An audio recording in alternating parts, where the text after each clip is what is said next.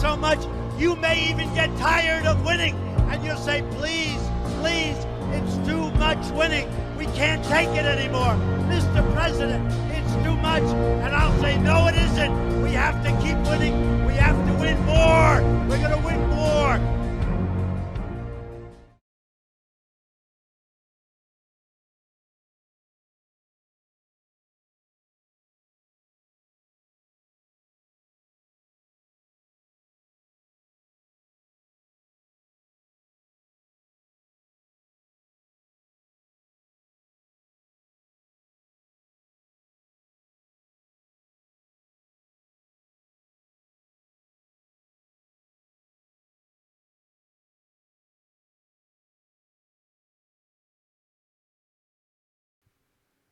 There, how's that? Can you hear me now?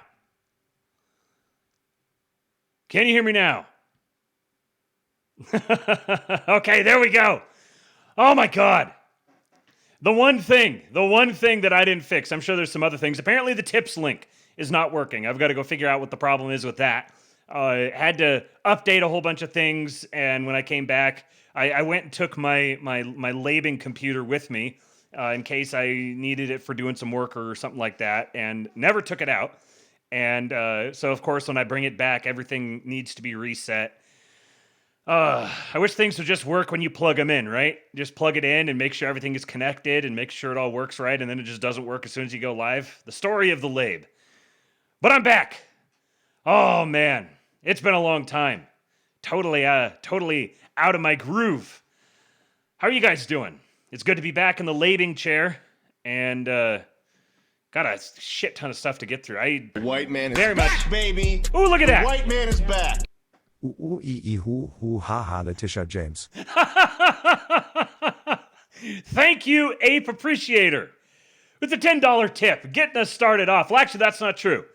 You know, since I got a tip here, let's just do the one that came in earlier today from the man. You know who it is. Mr. Dave Johnson, starting us off with an alpha male alert. Here comes the money. Here we go. Money talk. Here comes the money. Money, money, money, money. Dollar, dollar. Dollar, dollar. Ching, ching, bling, bling, cut the chatter. You ain't talking money, then your talking don't matter. Welcome back to the Labe. Lava! The lava has returned. Thank you, Dave Johnson. You know, Dave Johnson is the gayest person to ever walk this green earth. What a patriot. We love our gay Dave Johnsons, don't we? Our Dave Johnsons. Thank you, man. Thank you for getting us started. I did not get it added to the streamer salary when I updated that, but I'll get it updated before the next one.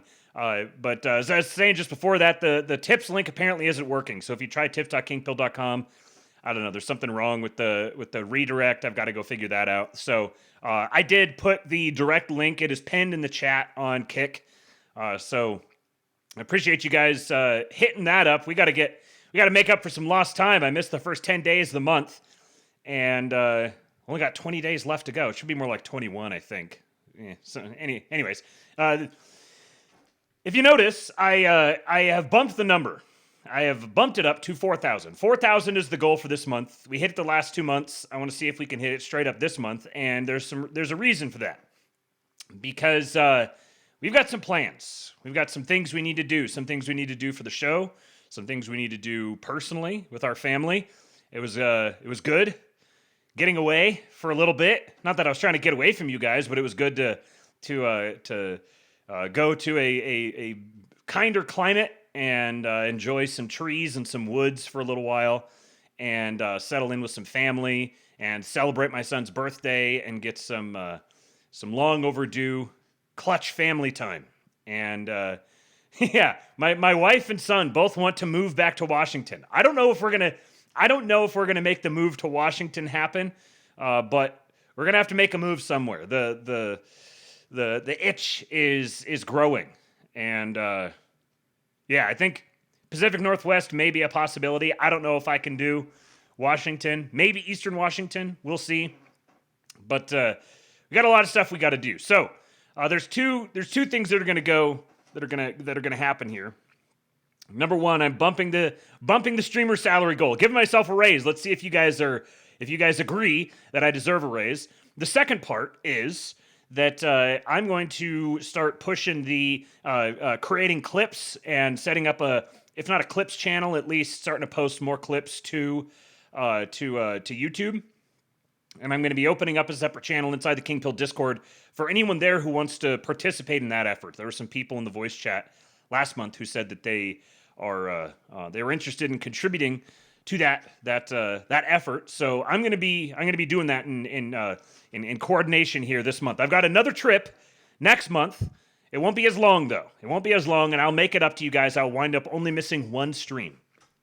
So I'll have to do some weekend streams to make it happen, but I got another trip up to DC to meet up with the cyberbully. So I gotta cram in a whole bunch of stuff between now and then, get things up and running. So the goal is to grow the audience, begin doing the things necessary to grow and expand the audience. You guys have done great sharing the show and tagging me in various places, and then I'm gonna start doing my part, giving you guys more content that you can spread out. Another thing, yes, it's Damn It Jeremy. We are still on for Austin. We have a confirmed date for the Texas meetup. It'll be in South Austin on Saturday, the 18th. We're going to shoot for probably about 6 p.m. And the place that we're going to be at is open, I believe, until 11:30. So if you can't make it right away, if you want to get there a little early, either way, I think we're going to shoot for approximately 6 p.m. And the reason that we're going to do Saturday instead of Sunday is because my wife wants to be able to go. And so if you guys show up for that, you'll get to meet Mrs. Kingpilled and the small terrorist that we provide shelter to in our home. He will be there as well. So Saturday night, it'll be, I believe that's the 18th. Correct me if I'm wrong. Let's see, Thursday, 9 days. Yeah, Saturday the 18th, around 6 p.m. So a number of you guys have reached out to me and let me know that you want to be there. And so what I'm going to do, I'll do the same thing that I did for the meetup that we did in Washington this last weekend. If you're interested, shoot me a DM or shoot me a DM on Twitter at RealKingPilled or an email, realkingpilled@gmail.com. And I will, depending on if you guys have Twitter accounts, so we'll just do a Twitter group chat. Just make a big DM group and coordinate there, or we'll use Telegram or Signal or whatever works for everyone. I'm not going to publicly post where we're going to be for, I don't know, maybe kind of obvious reasons. Just maintain just a little bit of OPSEC. But so if you would like to go, then please hit me up, let me know, and I will give you the location where it will be happening. And I believe Buck Johnson will be there. In fact, I know that Buck Johnson will be there. he of Counterflow fame. So if you'd like to meet Buck, he will be there, along with some others. I don't know who all has confirmed just yet, but there will be a number of people that you know will be there. So yeah, Saturday the reason we did Saturday instead of Friday is because we've only got the one vehicle. We got to get and Amy's not going to be able to stay for the whole time. There's no way Eastwood's going to hang. I'm not going to leave early from my own event, so we're going to be crashing at Uncle Buck's house. He has generously offered his place. So Amy and Eastwood will head out a little bit early and go back there, and then I'll go home with Buck, and then we will go to church the next morning. So if there's any of you who would like to attend church with Amy and Eastwood and Buck and I in Lockhart the next morning, liturgy starts at 9 a.m. in Lockhart, Texas. So if you would like, you could plan that into your weekend schedule, and we'd love to have you. It's a nice little parish, a little mission parish. It's cozy, and the people are great. So I strongly recommend it. Damn it, Jeremy says I only work till 6:30 p.m. I want to try to make it. Please do. We go. Money talk. Here comes the money. Alpha male alert. Dollar, dollar. Dollar, dollar. Ching, ching, bling, bling, cut the chatter. You ain't talking money, then you're talking no matter. Idaho is ready to accept the Kingpilled family. Truck Lore, the Patriot, one of our Spud brothers. You know, Idaho. That's a very compelling idea. I actually got to meet up with one of the Idaho King-Pilled brethren. I met up with a number of different people over the Washington weekend, or the Washington 10 days. I think he has his name posted publicly. But I don't want to unnecessarily dox anyone. So one of our great Moscow brethren came over, met up with me, treated your boy to a steak dinner. I don't know if I deserve that, but it was good. Steak dinner, a beer, good stuff. Had a great chat. Really, really good chat. Enjoyed that. And then we did the King Pilled meetup. Got to meet the great and excellent Carl Dahl.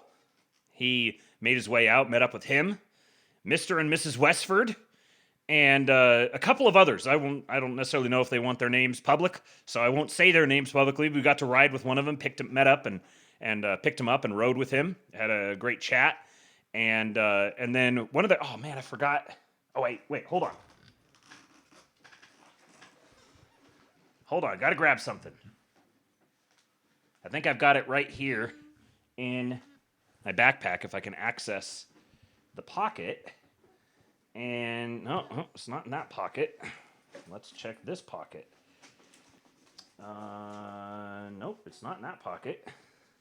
There's one other spot it might be. Nope, there it is. There it is. One of the great Labians blessed me with, I don't know if it's going to pick it up here, but look at that bad boy. Ounce of silver with our president's face on it. Look at that. Beautiful. What a gift. He also got a Bigfoot action figure for Eastwood, because Eastwood, what he wanted to do for his birthday was go Bigfoot hunting. So he did go Bigfoot hunting, went on a hike, and we went on a hike, and my brothers went out ahead of us, and we did call and response, Bigfoot calls, and they draped Bigfoot hair across along the way, and made some footprints in the dirt. And Eastwood was just beside himself, just happier than ever. He said, he goes, "Mommy, if we find Bigfoot, then we need to make sure we tell him about Jesus." That's Eastwood for you. So there was that, and then one of my other good friends that I met up with up there gave me this. I don't know if does that show up? Let's see if I can get the light on it just right here. There we go, right about there. Punisher logo with Trump hair, and it's a lip pillow 10. Magnetic lip pillow 10. What a thing. I did not know such a thing existed. Did not know that I needed it in my life. Well, my life is so much better for it now. So, it was a great experience. Had a really good time, and it was nice to do a little bit smaller meetup. It was nice and cozy, just a handful of us. Got to drink some beers and hang out and talk, and watched the Mariners win a playoff game, and then we ended up playing a board game. I can't remember exactly what it was called, but it was something about Hitler, where you end up, one of you is Hitler and another one is the fascist, and then everyone else are the liberals, and you don't know exactly who's who, and you have to try to win. Secret Hitler, yeah, that's what it was. Secret Hitler. And I was Hitler the first time, and I was the fascist the second time. Mr. Westford was Hitler, so the fascists won both times, as is appropriate. And it was deeply, deeply entertaining to be playing Secret Hitler in the middle of Tacoma, Washington. You know, that's a very good point you guys make in the chat. I believe that calls for an Erica.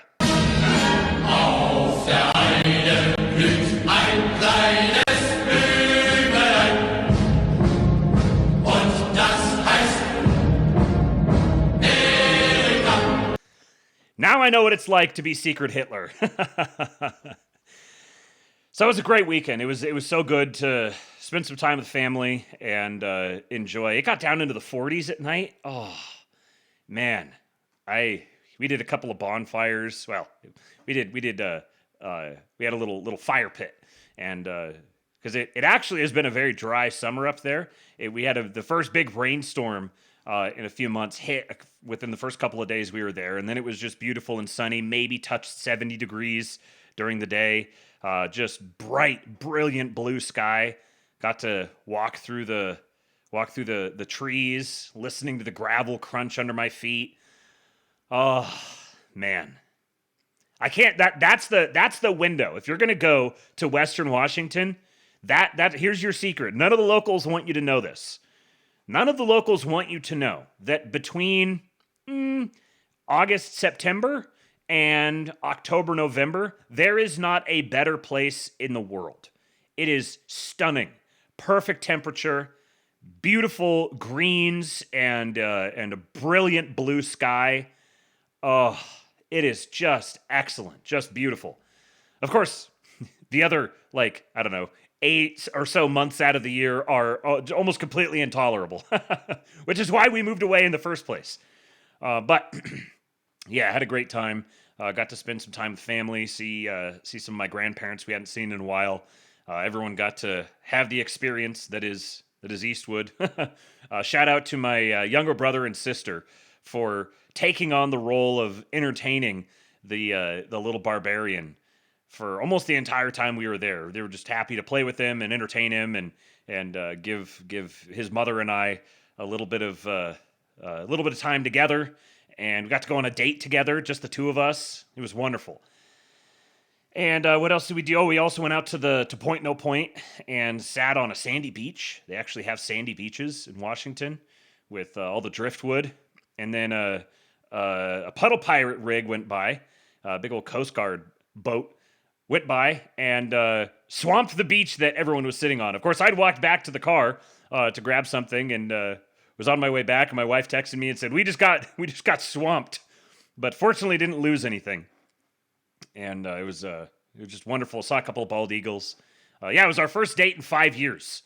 That's one of the that's one of the things about one of the big draws about going back up there is being close to family and being able to make it for the big family birthday parties. Eastwood gets to spend time with his grandparents and his aunts and uncles, and then of course he has an aunt here he gets to spend time with as well. And then being able to just spend some time, just the wife and I, it was very, very nice. Yeah, Amy's church shoes did get swamped. Did they? I thought we might have been able to. My mom is kind of magical. I thought she might have been able to preserve those, but perhaps not. But I am back now. I am back and ready to lab. And man, I picked like the worst possible week to be out. There were so many things within the first 2 or 3 days of getting up there. I was like, oh my God, I've already got 3 labs worth of material in the bookmarks, and we're just getting started. So many things have happened. Incredible. It just we're in a different world now than when I left. We've got two SUDAWAVEs to catch up on. We're going to do 2 SUDAWAVEs today. They're each great. They're each more than 20 minutes long. So the first hour of this is going to be SUDAWAVEs. And then I've got a bunch of other stuff. I had a whole handful of things I had to get done here today.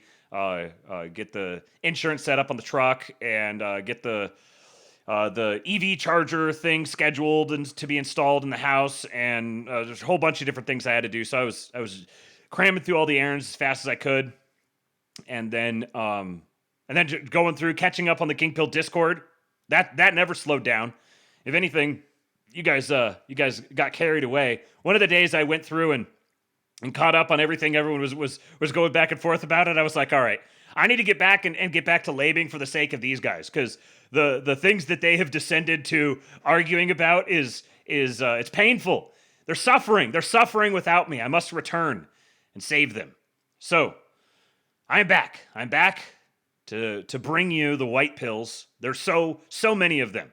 I sat here, went through as many of my bookmarks as I could. I couldn't even get through all of them. I've already got stuff lined up for tomorrow's show, and I try to put it in as coherent of an order as I can, but it's gonna take me several days just to get caught up. So let us get started. Mr. Tor Elidar is in the X chat. You might see him there on the screen. We'll get to that in just a minute. We'll get to the SUDAWAVEs momentarily, but before we do that, I got to give a shout out to my sports ball bros. We got some celebrations we have to do. Number one, yesterday was the 30th anniversary of one of the greatest moments in sports history. A day that has been embedded in my skull since then. This clip I'm about to play for you, I could recite the whole thing by memory. I watched this happen. One of the most important moments in my young life. I was 6 years old at the time, almost 7, watching with bated breath as Edgar Martinez hit the double. I give you guys the double as narrated by the late great Dave Niehaus, the voice of my childhood. Martinez swung on and lined down the left field line for a base hit. Here comes Joy. Here is Junior to third base. They're going to wave him in. The throw to the plate will be late. The Mariners are going to play for the American League Championship. I don't believe it. It just continues. My, oh my. Edgar Martinez with a double. Ripped down the left field line, and they are going crazy at the... Martinez swung on and lined up. Oh, still gets me choked up hearing that. Just an amazing moment. The entire city exultant, celebrating after the long history of Seattle sports. Just, ugh.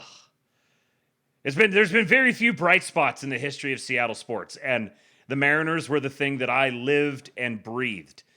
They had such an amazing comeback in the 95 season. They produced a cassette tape recapping the whole season. I must have listened to that thing, I don't know, 100 times in my life or more, just listening to it over and over and over again. Luis Sojo's Inside the Park Grand Slam. Just so many amazing moments that year. And the walk-off, the double, just legendary. It's insane to me that it's been 30 years since that happened. Of course, the Mariners are now, it's tied 2-2 in the AL Division Series. They get to find out who gets to go play the Blue Jays after the Blue Jays obliterated the Yankees.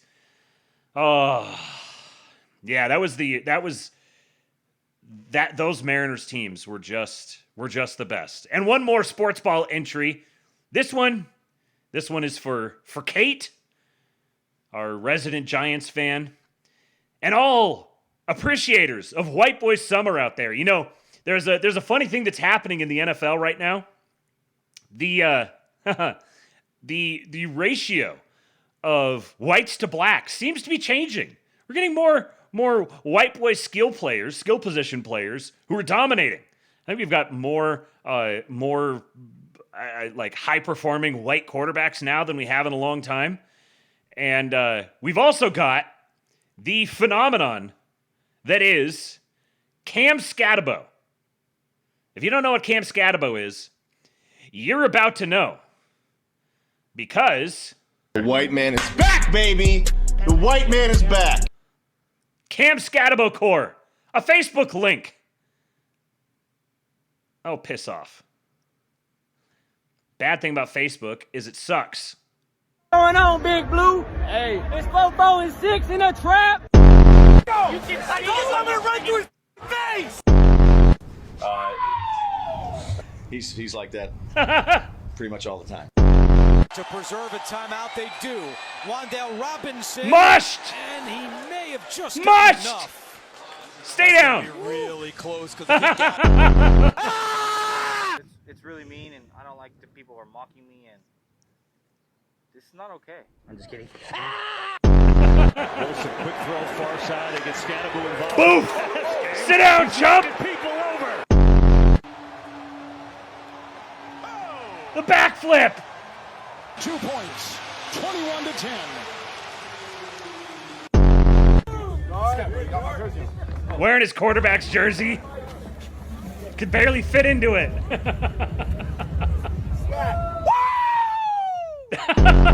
What's going on, Big Blue? Hey. The white man is back, boys. Oh, there you go, Kate. That was just for you.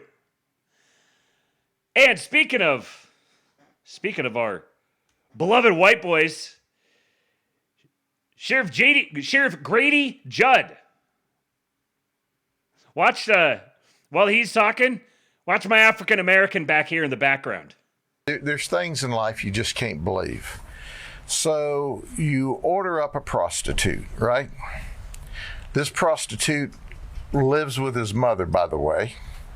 He's got a massive criminal history, a 21-year criminal history with 31 criminal charges. So you order up a prostitute, and that's what you think you're getting. Now, watch him. When you look at that, you go, wow, that's pretty rough, but, you know, any port in a storm. And then the next morning when you wake up, you find out this is who it really is.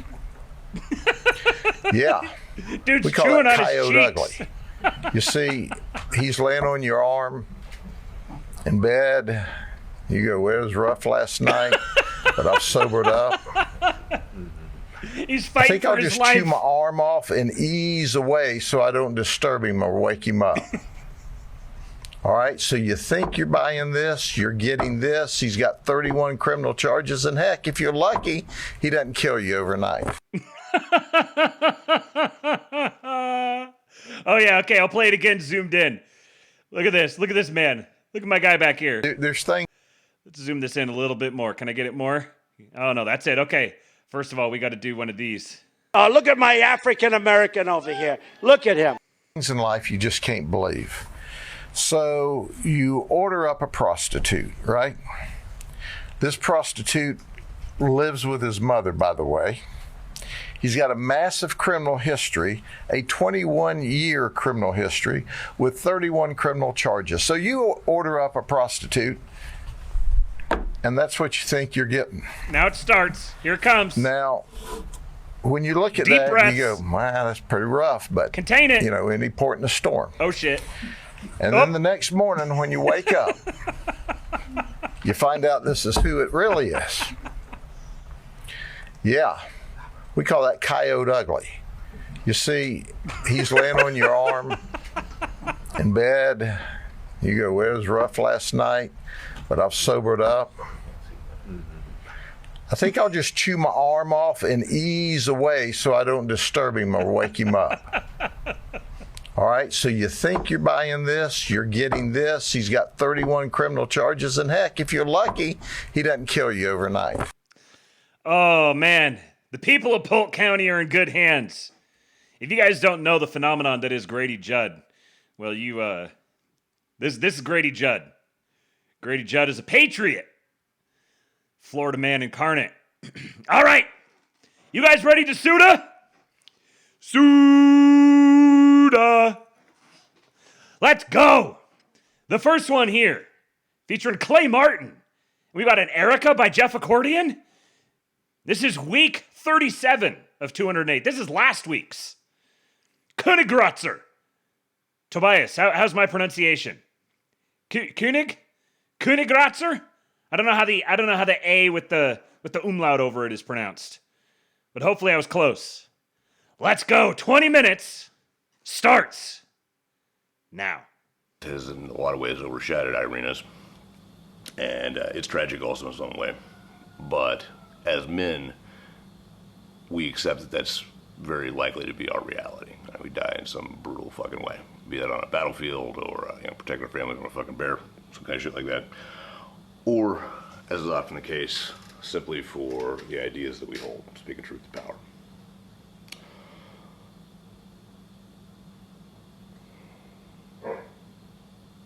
Still a tragedy, right?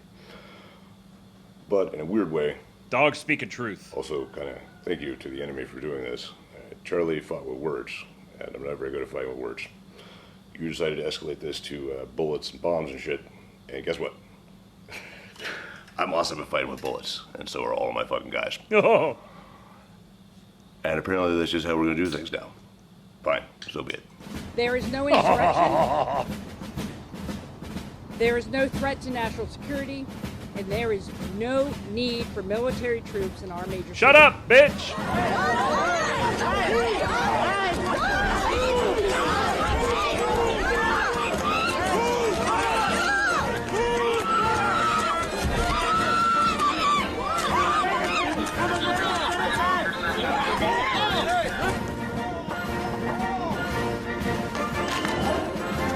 Crunch!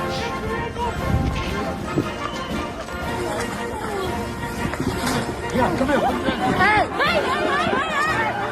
Hey!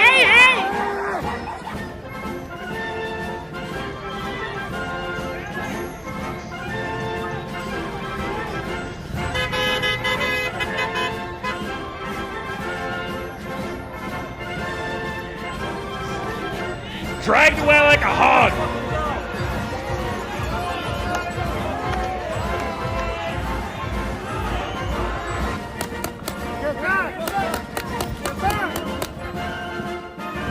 That guy's got the best job.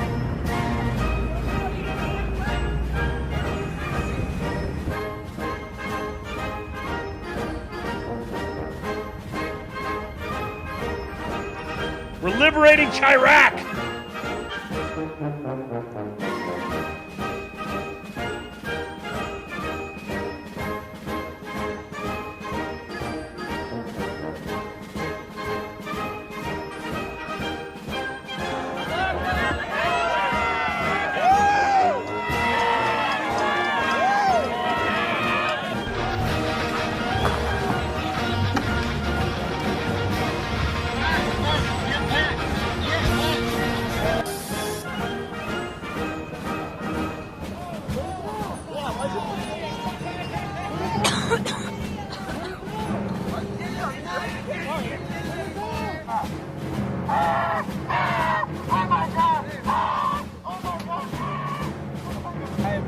So happy that Trump is sending Patriot! I live in this building. We both live in this building.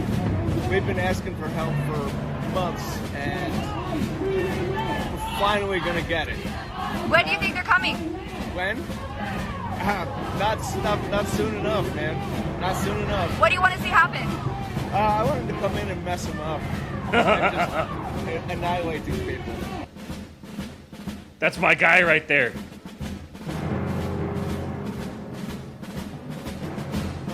High step it off, it's just a flesh wound.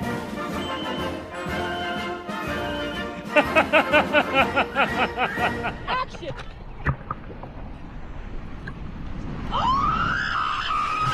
Oh my god! Ah!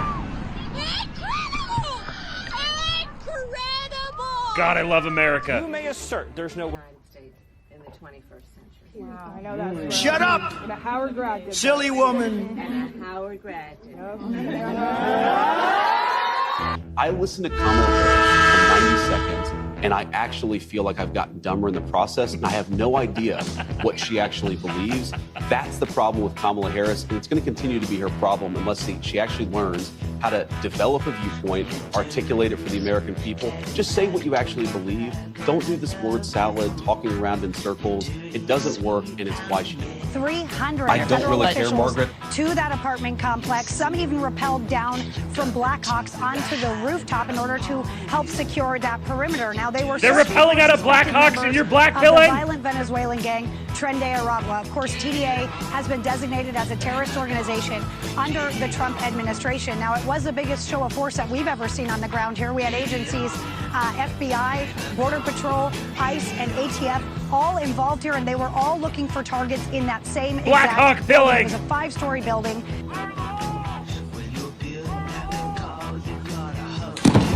Kaboom! Kaboom! Let's go to that car! Mush him! Mush him! Pew!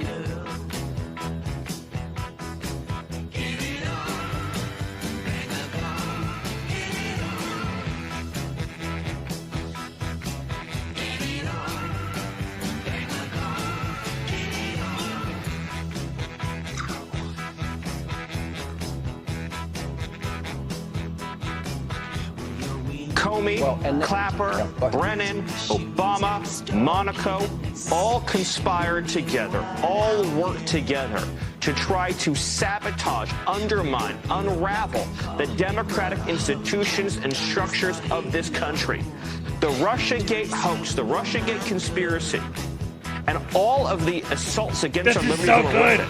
The pre-dawn raids, the handcuffing Giga in the chat. Americans, the espionage against President Trump's campaign and staff, the removal of his national security advisor, one fake indictment, one fake charge after another, the special counsel, all of it was a unrelenting attempt to overthrow the government the American people voted for. Every Republican who's gone on TV the last 12 hours or so has called this the Schumer shutdown. What do you say about the great that, Palestinian senator?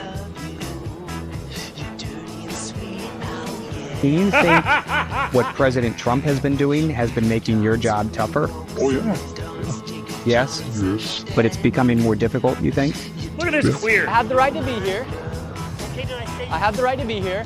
I have the right to film. Oh, this is great. Just watching you right there, lasered on you. You have a sniper lasered on you right now. Stop it. Stop. What's going on, buddy? I didn't do anything wrong. Peekaboo. You have a sniper on you right now. You have a sniper on you right now. We'll get it down even further, but insulin was, people weren't taking it, I would imagine. They couldn't take it. God bless you, Bobby. I hope I didn't catch COVID just there. I love our president. He's got Paxlovid. Give me a Paxlovid immediately. I think we should maybe start thinking about battleships, by the way. Battleships! You know, we have a Secretary of the Navy came to me because I look at the Iowa out in California and I look at different ships and the old pictures. I used to watch Victory at Sea. I love Victory at Sea. My president loves ships. It's got to be your all-time in black and white. When I look at those ships, they came with the destroyers alongside of them, and man, nothing was going to stop. They were 20 deep. Donald's going to destroy the libs. There was nothing going to stop them. And we actually talk about, you know, those ships. Some people would say, no, that's old technology. I don't know. I don't think it's old technology when you look at those guns. Donald the Destroyer! You took the words right out of my mouth, Slutty Milk. From this moment forward, the only mission of the newly restored Department of War is this. Fire the fat generals! Warfighting. Preparing for war and preparing to win.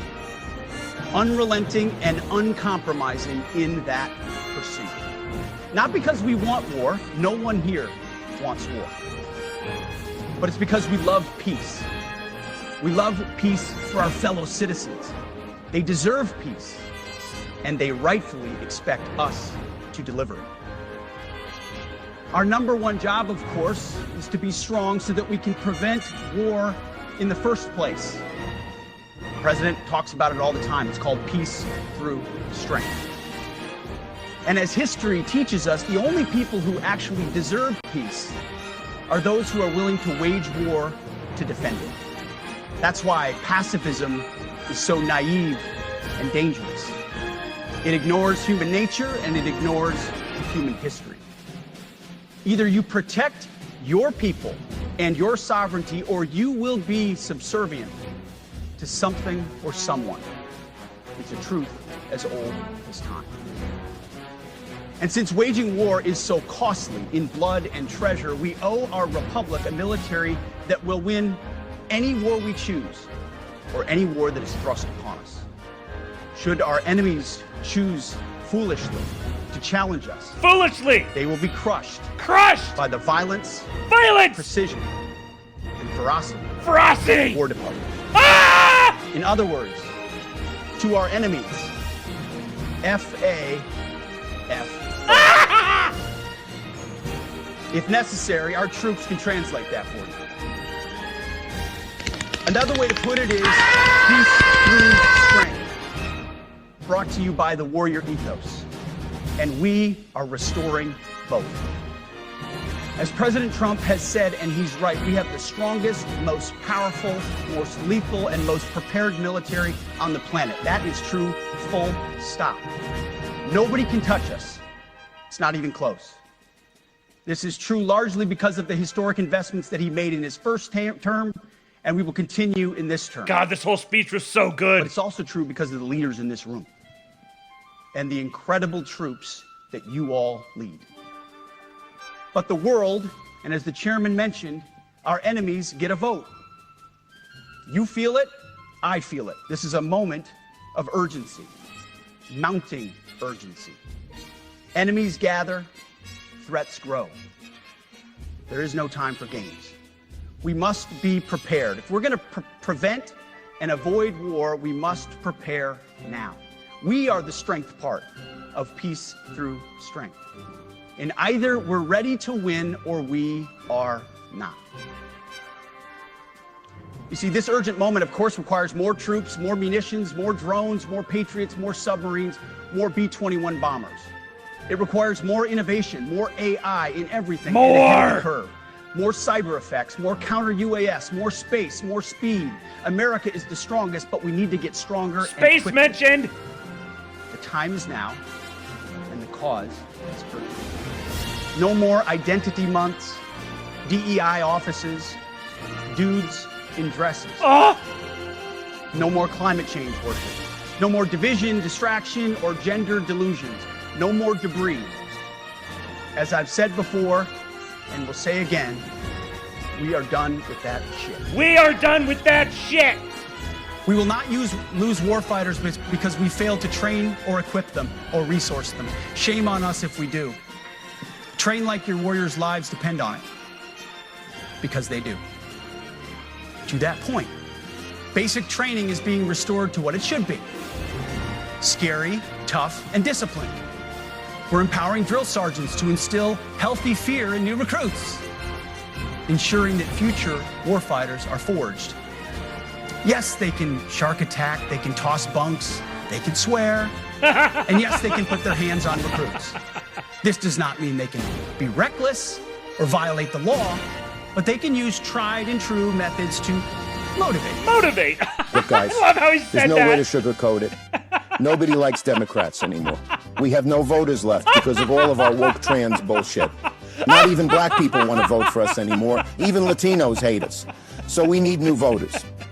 And if we give all these illegal aliens Let's cover pile dollar store we Obama. might be able to get them on our side so they can vote for us. They can't even speak English, so they won't realize we're just a bunch of woke pieces of shit, you know, at least for a while until they learn English and they realize they hate us too.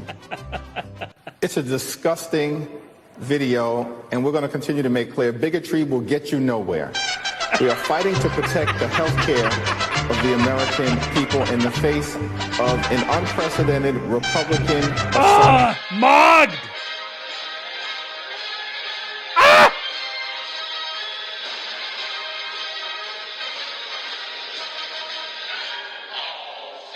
Bellamy's up, everyone!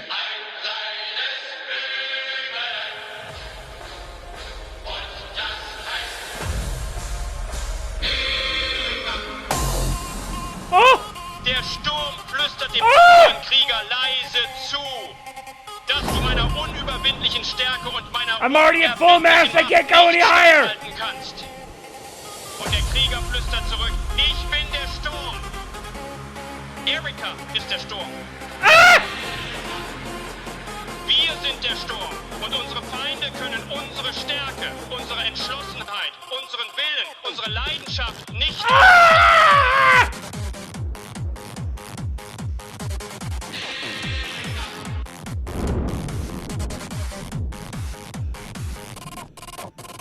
Unsere Abstammung und unser Vermächtnis reichen zurück nach Athen, nach Rom, nach Philadelphia, nach Monticello. Unsere Vorfahren haben die Städte gebaut. Sie schufen die Kunst und die Architektur. Sie bauten die Industrie.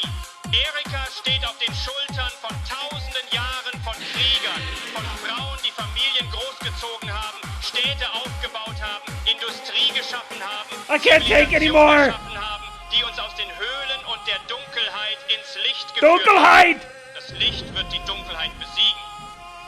Wir werden über die Mächte der Bosheit und des Bösen siegen. Jeff Accordion, holy shit!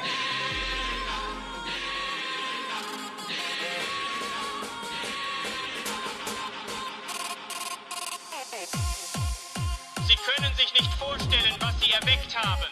Sie können sich nicht ausmalen, welche Armee sie in uns allen entfacht haben.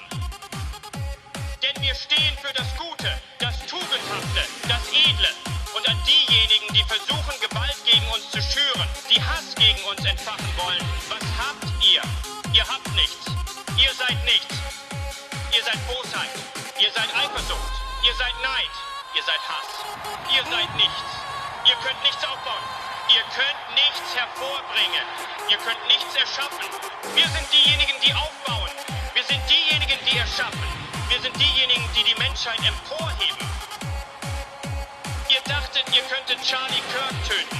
Ihr habt ihn unsterblich gemacht. Ihr habt Charlie Kirk unsterblich gemacht. Und nun werden Millionen sein Vermächtnis weitertragen.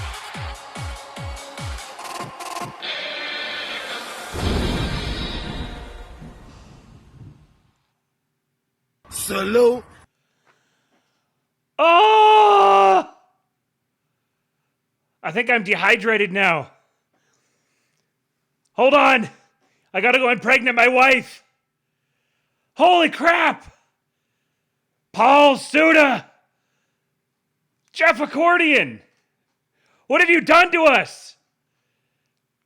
That was insane. That was so good. That's I don't know. I keep saying that they've outdone themselves, but they just did it again. Oh! And there's another one! We got another 20 minutes of pseudo-waving to do. We're diving right in. Let's go!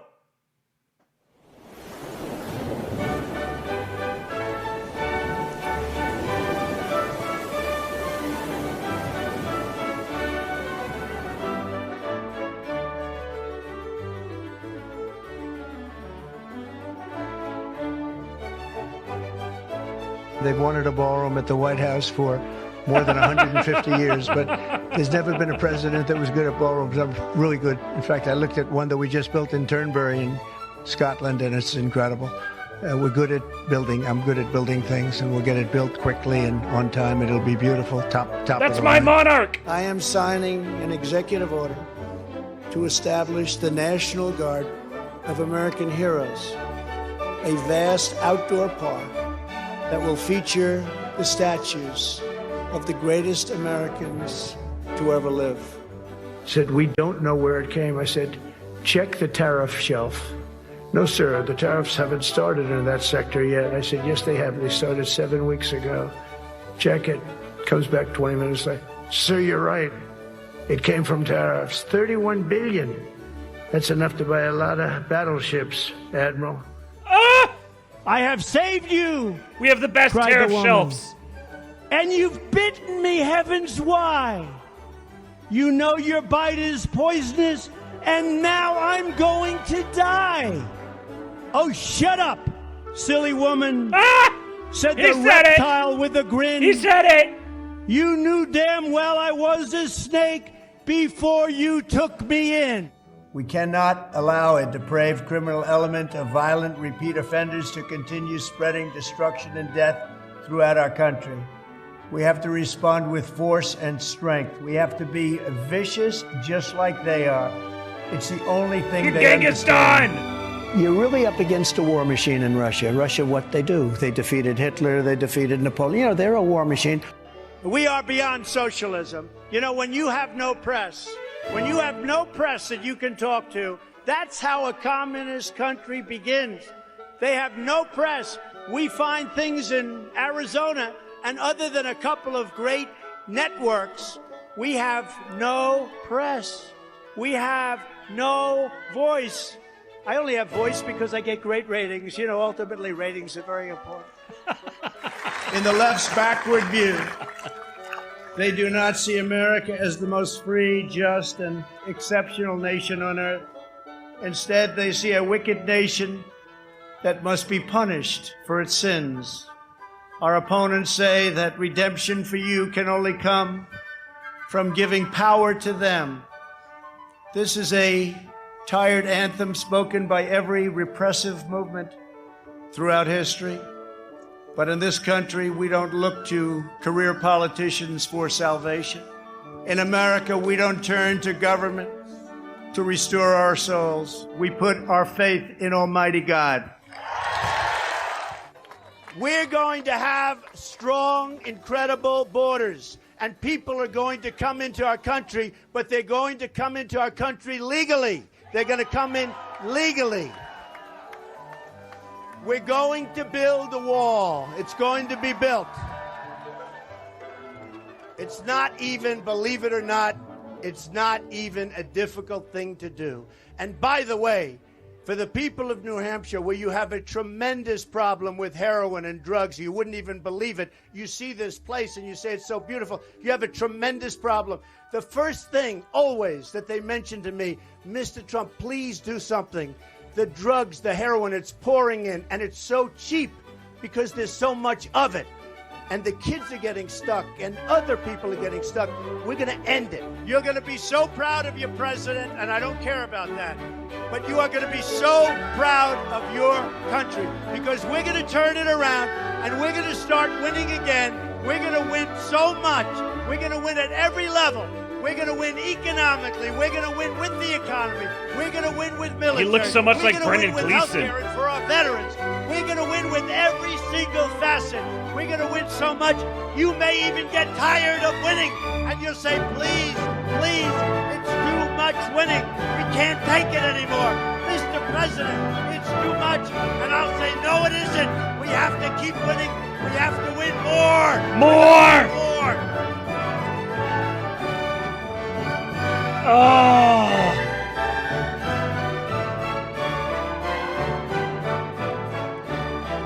Mr. Suda, I can't take it anymore. I don't think the Democrats understand that it's over and that there was a vast infrastructure that made their feeble arguments viable, and that infrastructure is now collapsing.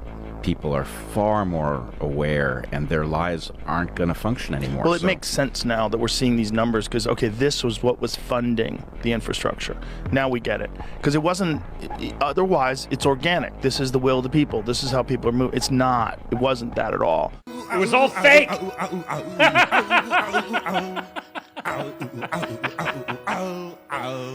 Making my way downtown. Look at my Austrian American. Faces past and I'm homebound. What the fuck is happening? Staring blankly ahead, just making my way through the crowd.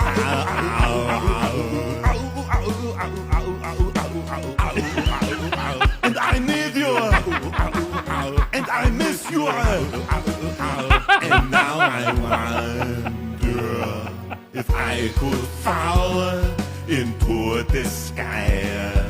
Do Oh! you think time Move aside, Terry would Crews. pass me by? 'Cause you know I'd walk 1,000 miles if I could just see you.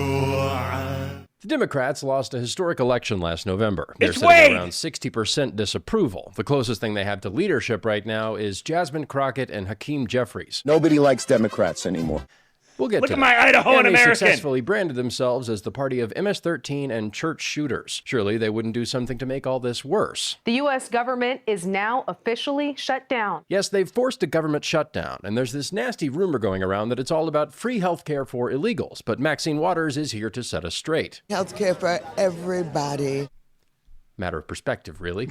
The crazy thing is they were warned. J.D. Vance and Russ Vought told them that this would be bad for Americans. Trump was also pretty explicit about how it would be bad for Democrats, too. We can do things during the shutdown that are irreversible, that are bad for them and irreversible by them, like cutting vast numbers of people out, cutting things that they like, cutting programs that they like. The continuing resolution that the Democrats are refusing to pass is just a continuation of the Biden-era spending from last year. All this meant was no new partisan add-ons. But if they'd voted for it, they would have been caving to Trump twice, once on the vote and then on the warning. So they went ahead and threw him in that briar patch. Now Trump can unleash this guy, OMB director and the only guy in the office who refills the copy paper, Russ Vought. He may look tame, Look at but that according to the savage. Australian Spectator, Vought resembles someone who was crafted in a laboratory by the Claremont Institute to overthrow the New Deal. And Trump shared a video portraying him as the Grim Reaper. Nearly $8 billion in Green New Deal funding canceled, $18 billion on hold for New York City until they can prove that it's not being distributed based on DEI. They're looking to fire 60,000 Pentagon workers, 1,000 at the Department of Agriculture, 1,000 at the GSA, cuts at the USDA, cuts at HUD, about 95% of the CFPB workforce, and half of the workforce at the Department of Education. And all the while, the Trump administration gets to keep doing its thing, from ICE raids to liberating Memphis. And how are the Democrats responding? Well, they seem most upset about this. Hola, mi fellow Americanos y bienvenidos al cierre de Schumer.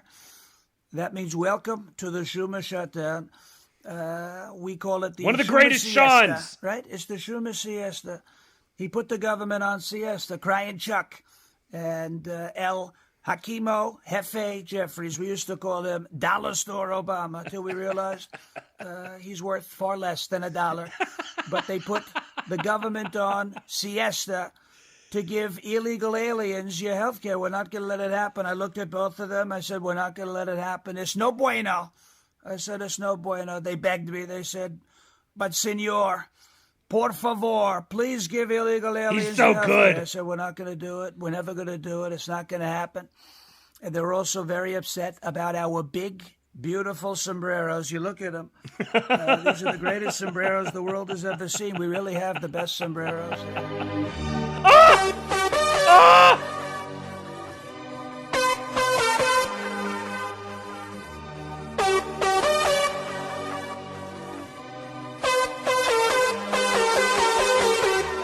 I've really got to work on my refractory periods.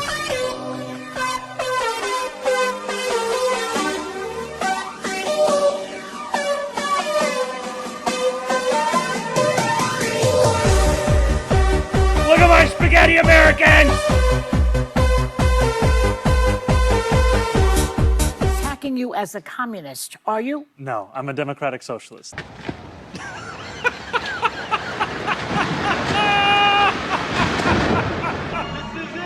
This is the sign! Yeah, it's a sign, all right. Going out of business. I have a hot take about it, of course. Spoiler alert, it has to do with the Jews in Israel. They're putting you in the labubu. I don't know how to say this, but you're going The in fluids are labubu. getting activated. And Gavin Newsom will put you there. Gavin, it's like, lady, didn't your husband just get his face blown off like 2 seconds ago? And not to be insensitive about it, but everyone's thinking it. Who cares what this chop bitch has to say? Honestly, like, seriously, we're looking at that person, we're looking at her face, and we're like, I wonder what she has. Nick Fuentes, I will oh my say, God! The mayor of all these Democrat cities. What's up, Kadrian? Like Chicago, what you are doing to your own citizens is evil. subjecting your own citizens The Giga-Jew is back. to constant bloodbath and then rejoicing in it is evil. And you should praise God every single day that President Trump is in the White House. The Democrat Party does not fight for, Oh, it's a care banger! about, or represent American citizens. It is an entity devoted exclusively to the defense of hardened criminals, gangbangers, and illegal alien terrorists. The Democrat Party is not a political party. It is a domestic extremist organization. Look at Chicago. They've shut down the police department. They've handcuffed I can feel this law deep in my enforcement, bowels. And as President Trump says, they have turned the streets of Chicago into a bloody killing field. Here in Washington, D.C., before President Trump launched the federal law enforcement liberation in D.C., there was a murder on the streets of this town every other day. Body after body after body after body. That was Washington, D.C. Bodies at the Residents were floor. afraid to go to restaurants. They were afraid to go into entire neighborhoods. They were getting carjacked right and left, robbed and beaten. That was Washington, D.C. Now we're 2 weeks homicide free, the safest the city has ever been in its entire history. And the Democrats, instead of jumping up and down and saying, thank you, President Trump, thank you for saving our lives, thank you for saving our cities, instead of thanking him for President that, Trump, they're saying, President Trump, how dare you save our lives? How dare you save our children? How dare you save our city? The Democrat Party, Sean, that exists today, it disgusts me. Okay, esto es mucho simple. El Democrat Party es mucho retardo, okay? Mucho retardo. Especially el Hakeem Jeffries y el Chucko Schumer. They are extra retardo. So El Presidente and I cannot negotiate with these Democrat retardos. It's imposibly. Mucho imposibly. Gracias, amigos. Oh, and make sure you El voto for LJD Vanso in El 2028. LJD Vanso! What the fuck is happening? There's a distinction between, let's say, what a transition! A 35-year-old man who would Mr. normally be considered Miranchuk! a transvestite who wants to wear a woman's dress and go into a woman's washroom, which is horrible and disgusting and should be stopped. But let's make this other distinction, is that there are 13-year-old kids who've been lied to and deceived and fed puberty blockers. The numbers that I've seen since about 1990, when these drugs really started hitting the market, they've been around even longer than that, but mostly in 1990s when they started being promoted for gender dysmorphia, is over 100,000 people, kids mostly, have received these drugs. That's a small army. That's just in the continental United States, by the way. We're not even talking worldwide sales. And that's of what we know. If we take 100,000 as a baseline over the last 30 years, but really intensified over the last 10 to 15, you have a lot of kids who have been fed these drugs, and many of them are now starting to confess that they're not working. They're making it worse. They were developed basically as castration drugs that they were giving to prisoners who were convicted of rape and pedophilia. That's what these drugs were originally made for. And now they're just pumping into these kids. These kids are going to basically find out that they can't have children in the future. This is permanent. This is permanently altering their ability to have sexual pleasure, to have any kind of sexual function whatsoever, especially within the men. Let's use even a smaller figure. Let's go 20 to 30,000 kids in the continental United States right now who have been lied to, deceived by their parents, by their doctors, by their teachers, by their governments, by every single authority in the world, has deceived them and lied to them and fed them drugs or perhaps encouraged them to mutilate their bodies. And they wake up one day and they find out they're in a worse place than they were before, and they're nihilistic and they have nothing to live for, and they live in a country where they can get a gun. Eventual. How they use Democrat now.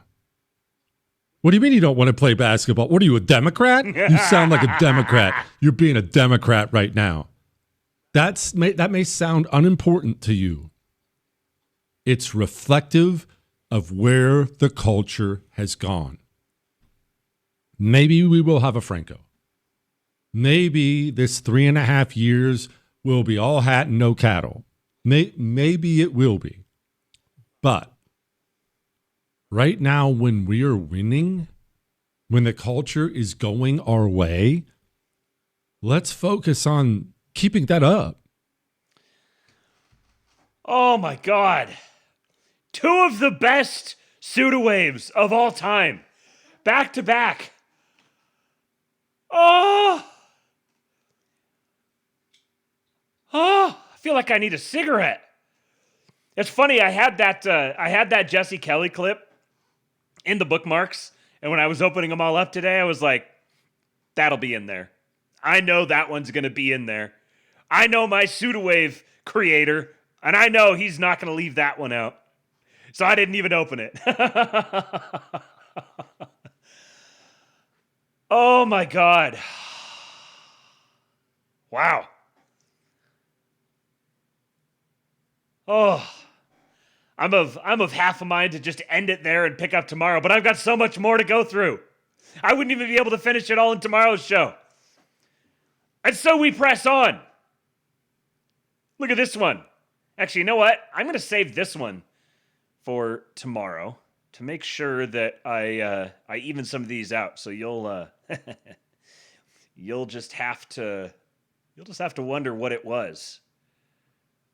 Let me pull this one out into the growing list of tabs over here. And let's get some more white pills. There's just so many white pills in this episode. So you guys probably are aware of the opportunity to become a Homeland Defender, where you can decide who enters the country. They're hiring our guys. And this is something that I've heard from, I've kind of speculated this on my own. I've heard it from other people who have been speculating similarly. And then I've also heard little rumblings from some people who are, a few steps removed from the administration, who have said that this has been the plan all along. The government shutdown has been in the works all along. This isn't something that they just stumbled upon, an opportunity that they're like, oh, we got to make the most of this. No, they were expecting this. They were planning on this from the beginning. Everyone was like, oh, well, Doge didn't really do anything. This is part of the Doge project. I've been telling you guys, just wait till Russ Vogt really starts going ham. He's going to get his opportunity.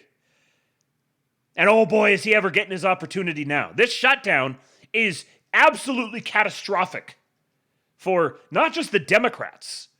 It's catastrophic for the former regime, the dying, crumbling regime. It is monumentally catastrophic for them. The administration has been ready for this. They've been planning on this, and they're using this opportunity to clear out tons and tons of people. And they're opening up tons of opportunities for our guys to step in. Remember part of the Project 2025 operation was accumulating a gigantic Rolodex of patriots who they were training and preparing to step into a bunch of these roles, teaching them how the government works. Not just like, how a bill gets passed like we learned in high school or whatever, but in the actual functioning of government. That's what they've been doing. That's what they've been preparing for. And they're opening up these opportunities for our guys to step into the breach and fill these roles. So here's one of them. Become a Homeland Defender. There's a headline. A bombshell ICE sweep in Minneapolis-St. Paul finds 50% of immigrants had committed immigration fraud. 50%. Homeland Security says, fix this. Help us. And Solianath, one of the great patriots, when Stephen Miller had originally posted this, that USCIS is hiring Homeland Defenders. Your job is to interview applicants for green cards, work visas, and citizenship for approval or denial. Solianath tweeted at the time, I would encourage the White House to open positions like these to remote workers based in the U.S. so that intelligent young posters can contribute. Then someone texted this to him and said, you got what you wanted. Applied on the 29th and then just had to reapply because they canceled the original job listing on USA Jobs and reposted it as remote work. Never let anyone tell you you're not in control of government policy. They're listening to the posters. He says, I'm pleased to say that many of these positions are now available for remote work. Now posters from all across America can help fix the broken visa system. Apply now. There's a link here from our great patriot, Josh Ham. The link is right here. I'm actually going to make sure that that's the one that I throw in the links list later on for on the King Pilled Substack. kingpill.substack.com. You can go get all the links that I go through here today if you want to share them. And you should go to this one and you should go apply. You could do it remotely. And then look at this. This woman says that over the next 6 years, the U.S. Department of War is looking for 600,000 welders and electricians just to maintain our military equipment. And by the way, if y'all didn't know, but most plumbers and electricians who then go on to own their own businesses make more than most doctors and lawyers today. It's actually becoming a national security issue because the DoD, Department of Defense, is looking for 600,000 electricians and welders in the next 6 years. And they don't exist. And that is just to maintain our military equipment, not to build new. And by the way, just to maintain it. So all of my welders and electricians out there, or if you're a young guy and trying to decide which route to go, here's a route that you can go. I guarantee you that we're going to see a big emphasis on specialized training for the trades coming very, very soon. Some sort of federal subsidies, federal sponsorship, facilitating this and fast-tracking people into the trades. Be on the lookout for that. Austin Trees said tips link isn't working. Yeah, the tips.kingpill.com is not working right now for some reason. I've pinned the direct link in the chat right now. If you're listening later on, it'll be. I'll make sure that it's in the show notes in the Kingpilled or in the podcast show notes. It's streamlabs.com/kingpilled2/tip. If you want to type it out directly, streamlabs.com/kingpilled 2/tip. I got to figure out why it's not working. Oh, and I should also mention, if you're listening to this later on, you probably at the end of that second SUDAWAVE, there was an AC/DC song, and I know from experience that if you're listening, if you're watching this or listening to this on YouTube later on, that got copyright claimed, and I had to clip it out. So if there's kind of a weird, abrupt little, I don't know, little weird spot there, that's why. Okay, keeping this moving here. This is hasn't really caught many headlines, but it is a big deal.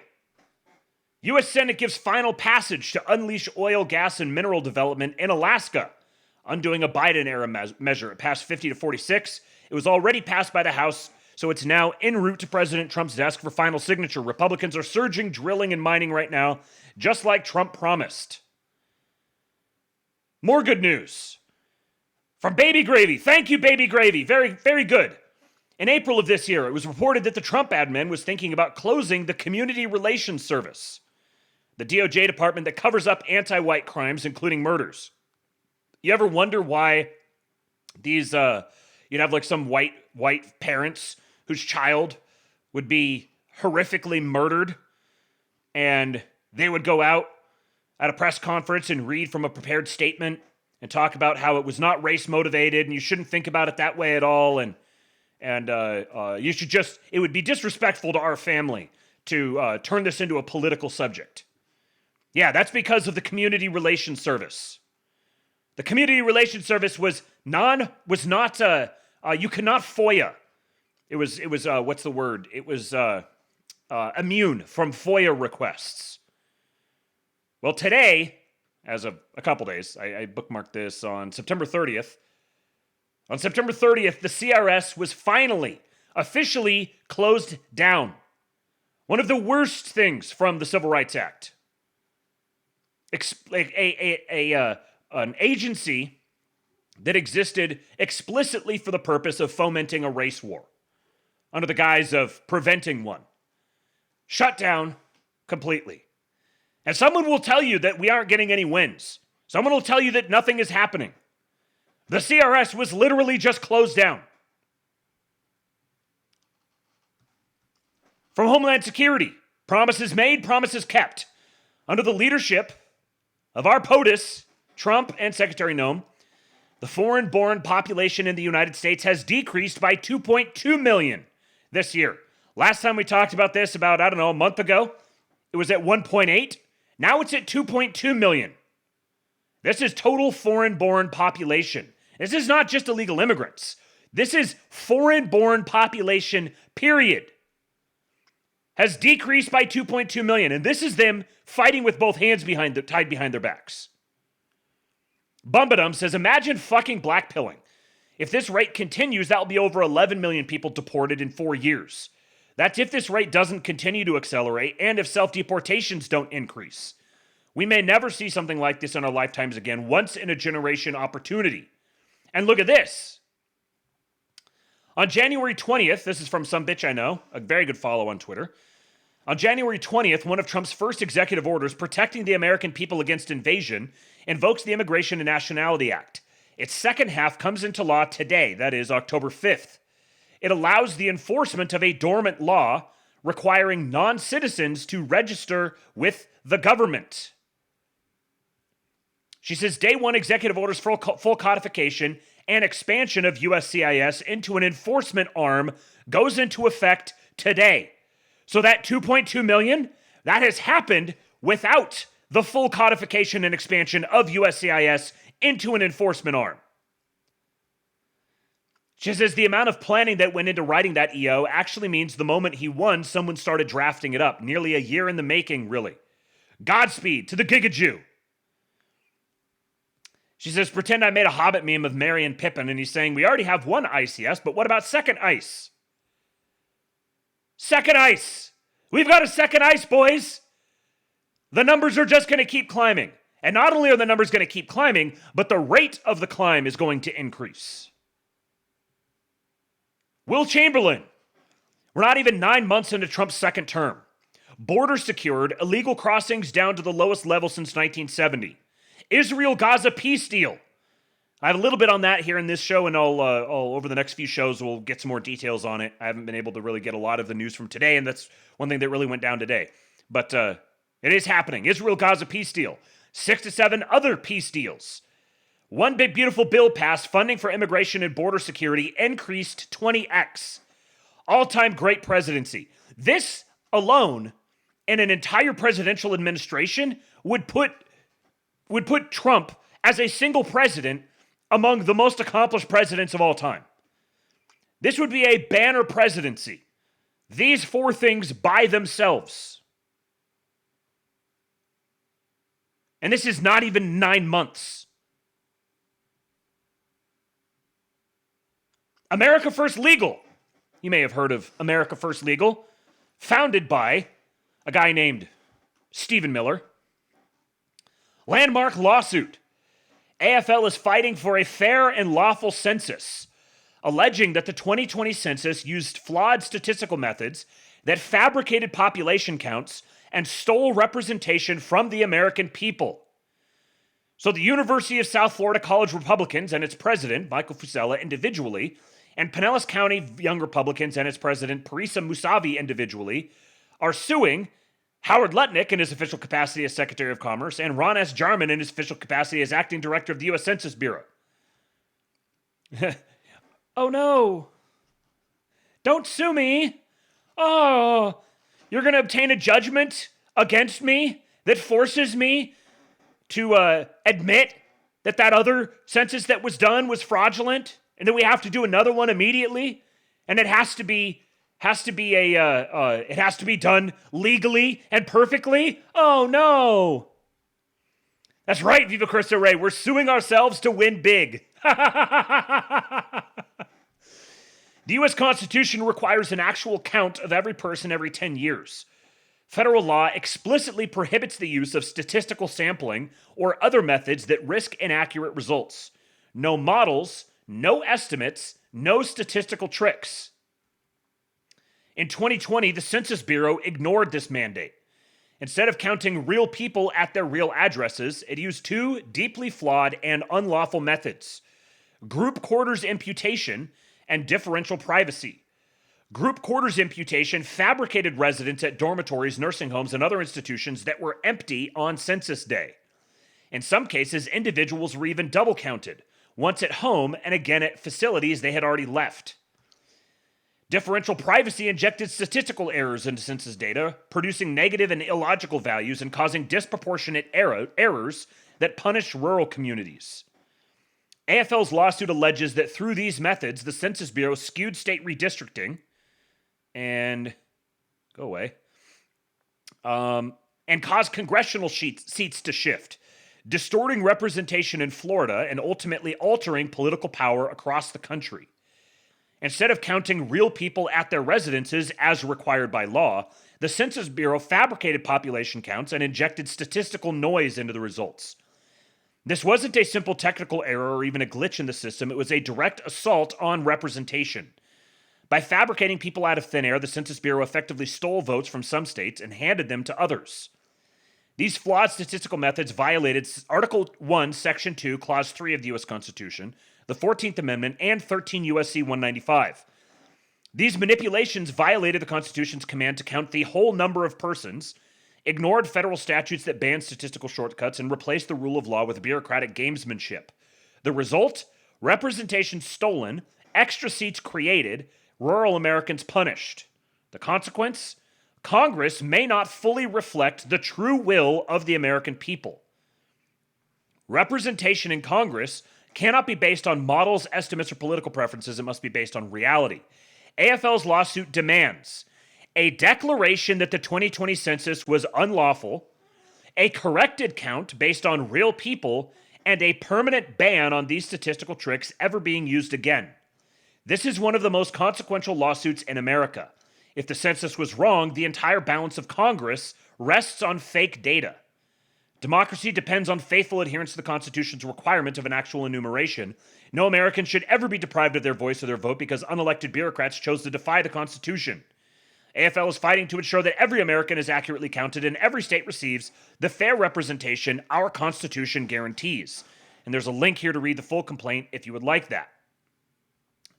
So, note, this suit is being filed in the Middle District of Florida, Tampa Division, and it's the University of South Florida College Republicans and Pinellas County Young Republicans suing Howard Lutnick, who has himself said that the previous census was done unlawfully and that there needs to be a new census done, and it needs to be done as soon as possible and needs to not include any illegal immigrants.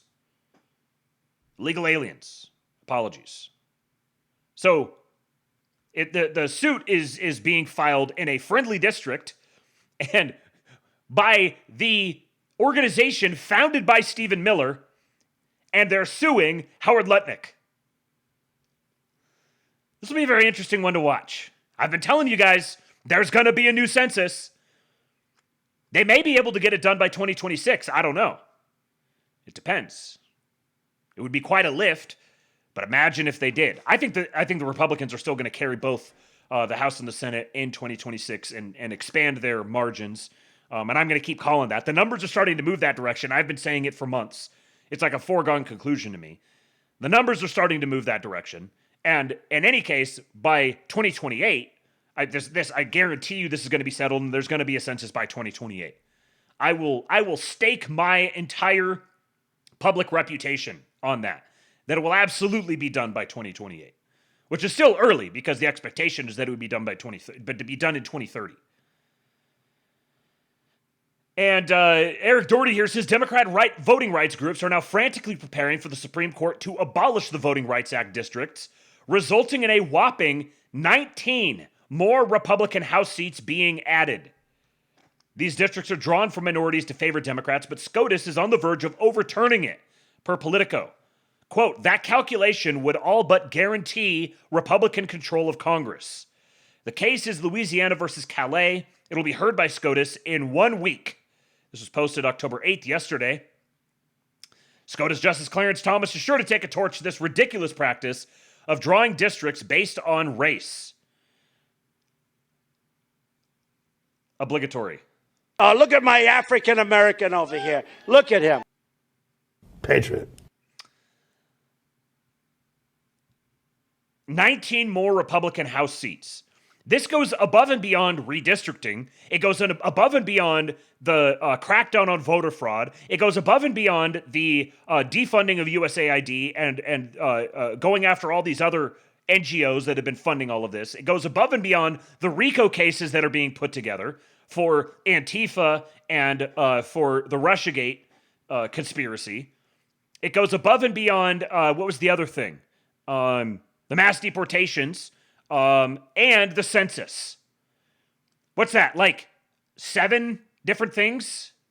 6? There's like there's probably, if you total them all up, there's probably close to a dozen different vectors that individually could be sufficient for the Republicans to carry the House and the Senate in the midterms. This is why, to me, it's just a total foregone conclusion. Not all of these need to succeed by 2026 or need to succeed overall necessarily. Just a couple of them could result in the Republicans not only maintaining their majority, their fake majority, but actually expanding it. And you've seen how they've gone at hammering away the mandate that they have based on winning 7 out of 7 swing states, the House, the Senate, the popular vote. Just imagine if they expand their majority in Congress. The mandate will be completely undeniable. Speaking of Eric Schmidt, this is the guy that right now, if I had to wager on it, he's the one who I think is probably the most likely. As, you know, say we get to 2028 and J.D. Vance is the selected inheritor of the MAGA movement. This is the guy that I have probably as my front runner for VP. Now, when we were in Tacoma, drinking beers and discussing things.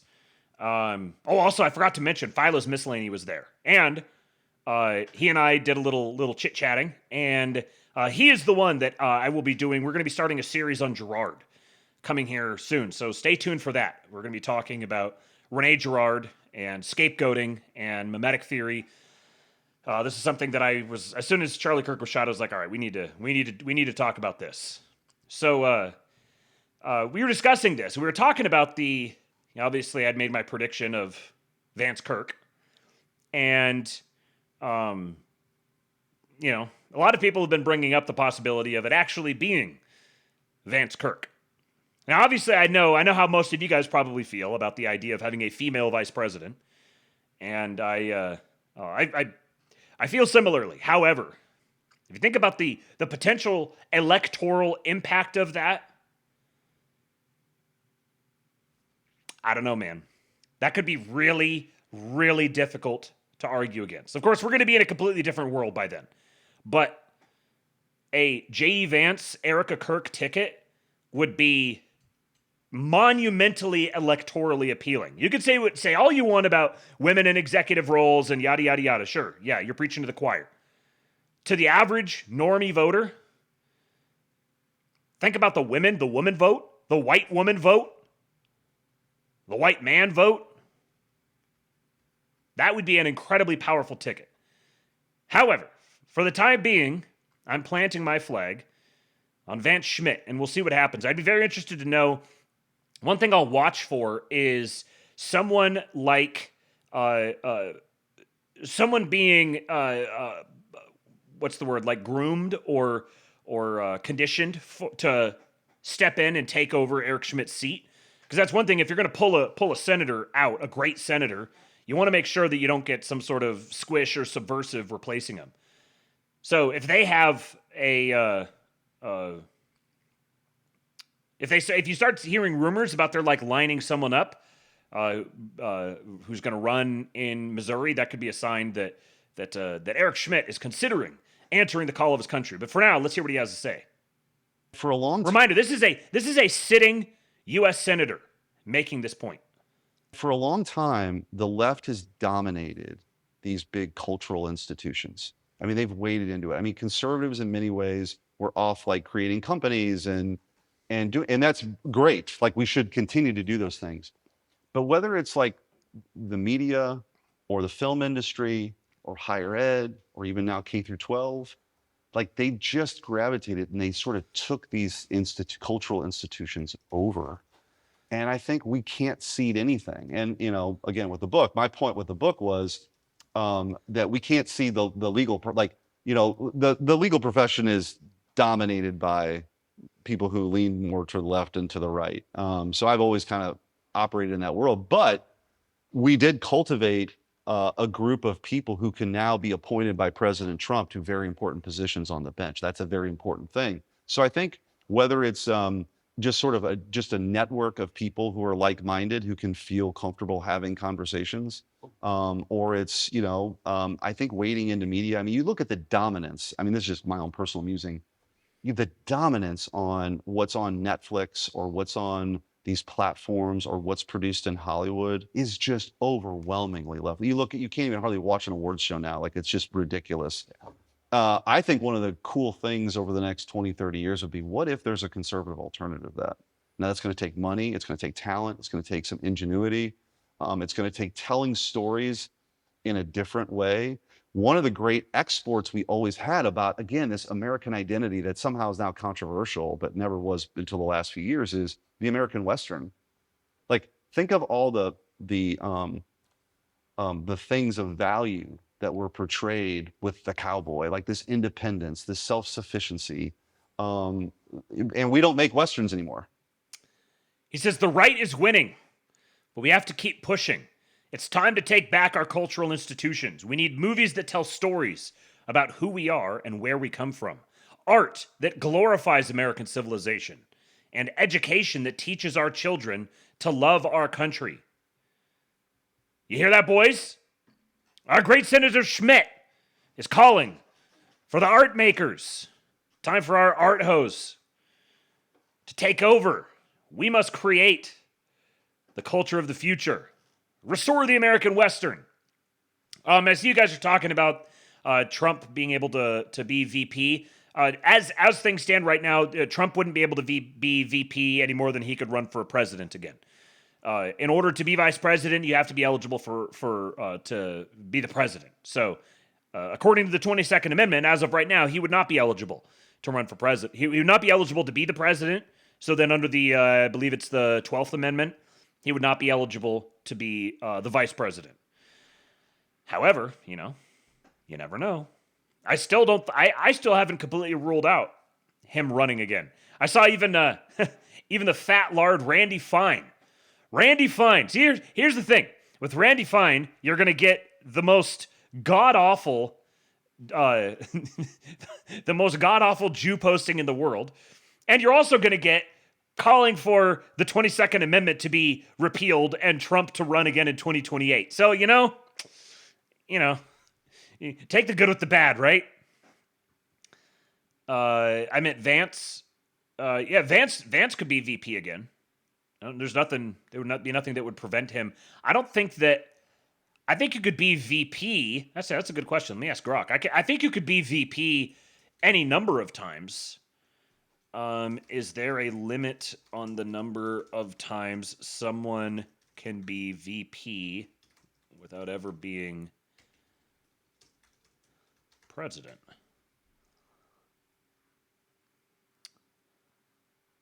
Yeah, the U.S. Constitution does not explicitly limit the number of times someone can serve as vice president without becoming president.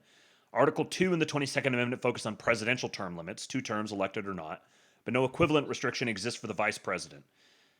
The 12th Amendment, which governs the election of the president and vice president, also doesn't impose a cap on vice presidential terms. A VP could theoretically serve multiple non-consecutive terms under different presidents as long as they are elected or appointed in cases of a vacancy per the 25th Amendment. The only historical example of a vice president serving more than 2 terms is Richard Nixon, who served 2 terms under Eisenhower but later became president, so this scenario hasn't been tested extensively.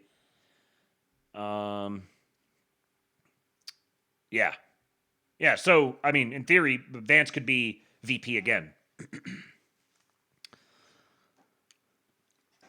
Okay, here's, I got some stuff on different cabinet members. Actually, I got one. Let's see here. I got some things that are kind of out of order here. Fuck it, we'll just go with it. So, I got a few different cabinet members I want to highlight today. You've seen some of it already, but here is, this is a serious tweet, by the way, from Mario here. Christo-fascism at its worst. That's what founding fathers warned us about by writing the Constitution. Here is the Secretary of Homeland Security praying. And you can tell by the way she prays that she's used to praying. Give us good fellowship, Lord, but that you'd also give us wisdom. and discernment to make the best decisions, not just for the people that are here enforcing the law, but also for the citizens of this country. And Lord, I just ask you to continue to put a hedge of protection around these officers. Keep them safe, Lord, but that also that you would continue to bless each and every one of them and their families. And Lord, that you would protect the freedoms that we all enjoy, that were given to us by you. We love you and we praise you in your name. Amen. Amen. We've got cabinet secretaries leading their people in prayer. And here's a big one. This is one it was supposed to be a little bit earlier, got it out of order. This is from Chief Engineer Chief CE, Operation Firewall, Phase 2. Remember when everybody was blackpilling about the H-1B system overhaul that was done? Oh, it's not enough. Did you know that was just a Phase 1? Here's Phase 2. This changes everything and closes the $100,000 fee bypass, the rule that turns the H-1B system upside down. The first phase introduced the $100,000 H-1B fee. Phase 2 rewrites how the entire program works. Here's what's changing and why it matters. Specialty occupation redefined. Only jobs requiring a degree directly related to the actual duties will qualify. Generic IT analyst or multidiscipline titles will no longer count. Customer site work is banned. Companies can no longer send H-1B contractors to client locations. USCIS will treat those placements as violations of the employer-employee rule. Cap exemption crackdown. Non-profit loopholes used by shell universities or research affiliates will close. Only verified research or educational institutions stay exempt. Audit and oversight expansion. DHS plans to flag repeat violators, shorten approval durations, and tie extensions to wage verification. And fee enforcement. High-volume visa users face the full $100,000 assessment, making mass filings financially impossible. The outcome: the $85,000 visa cap stays, but the number of qualifying positions drops sharply. Body shopping collapses, third-party contracting dries up. For the first time in decades, the system favors direct high-skill employment on U.S. soil. I loaded this into my AI RAG. I'm not sure what RAG stands for here. That deals specifically with immigration. Here's the readout. How it closes the 100K loophole. After Phase 1 introduced the 100K high-volume H-1B filing fee, many outsourcing firms tried to avoid it by filing through shell subsidiaries under different names, partnering with nonprofit university affiliates to claim cap-exempt status, and reclassifying contractors as direct hires on paper while keeping them at customer sites. Phase 2 blocks those moves. DHS will verify corporate relationships and require disclosure of all common ownership to prevent shells. Nonprofit exemptions will apply only to verified research or education institutions that directly employ the worker. Client-site restrictions eliminate the direct hire disguise since any off-site work triggers new employer control tests. Audit authority expansion gives DHS the ability to link multiple entities under one fee liability. In short, no shell companies, no fake nonprofits, no paper direct hires. The $100,000 assessment will attach to the real employer, not the front. Projection: what percentage could be disqualified? Given the rule changes, so narrowed specialty occupation, banning client-site placements, and closing shell nonprofits, many roles currently qualifying would likely be disqualified. A plausible estimate: the 65% in tech and computer jobs is the main pool at risk, because that's where much of the outsourcing and staffing structure sits. Within that 65%, perhaps 30 to 50% are provided through third-party firms or have weak direct relationship to duty alignment, title inflation, or generic analyst/IT roles. Add roles outside tech that use vague or cross-disciplinary titles, business analysts or general IT support, etc. Those may also be disqualified. So combining those, one might estimate that 30 to 40% of all H-1B petitions might no longer qualify under the stricter definitions and placement restrictions. To be conservative, a minimum credible estimate is 25% plus disqualified. A more aggressive scenario might reach up to 45% or higher, depending on how tightly USCIS enforces changes. Oh, and get this. There's another phase after this one. He's got links here to the articles going into more detail on it. But remember what I said before with the $100,000 fee introduction? When I said this is like a boa constrictor. They're rolling these things out in stages, and they're gradually strangling the entire program to death versus having to try to get it through Congress. You know, they might be able to wait until 2026 and try to secure a greater advantage after the midterms, and then maybe be able to get something through Congress at that point, but have to go through the whole lobbying rigmarole. Or they can effectively strangle it to death gradually and slowly by cutting it off, making it way more restrictive to get in, rigorously enforcing it, getting the worst offenders out, and then gradually stepping up that enforcement. And by gradually stepping up the enforcement, they also have the opportunity to identify the bad actors, the ones who are actively trying to skirt the rules. Then they can identify them and they can prosecute them. Whereas if you just banned it straight up, you might not get that opportunity. So this is like baiting the bad actors to show themselves and then crack down on them, which opens up even more opportunities. And if they crack down on them, then they can just start seizing assets. And all of these people that they're investigating, that they're detaining, all of their assets are getting frozen and seized as well. All their bank accounts, all their property, those are all getting seized. Yes, Bloody Milk. Eventually they can get it through Congress once they whittle away at it too, and it becomes less of a big thing. Right. And all these extra hoops will likely dissuade H-1B use, a bunch of headaches to deal with. They're making it really, really difficult to use it in the first place. Difficult and expensive and restrictive, and continuing to constrict it. They're like cutting off the oxygen to it and then letting the body die. And who knows what phase 3 will be. Can't wait to find that out. Look at this. On Trump's desk in the Oval Office today was a plan for a triumphal arch on the other side of the river from the Lincoln Memorial. Look at that. Lincoln Memorial Bridge triumphal arch. It might be a little bit hard to see. Let me see if I can zoom this in a little. Look at that. Oh. And there's some lore to this one. This person here says, ignore the ignorant Nazi replies. This is based upon a historical USA plan. The 1901 Macmillan Plan, also known as the Senate Park Commission Plan, developed during President William McKinley's administration and finalized shortly after his assassination under President Theodore Roosevelt. This comprehensive redesign of DC's monumental core proposed a massive triumphal arch, comparable in scale to Paris's Arc de Triomphe. Look how sexy that would be.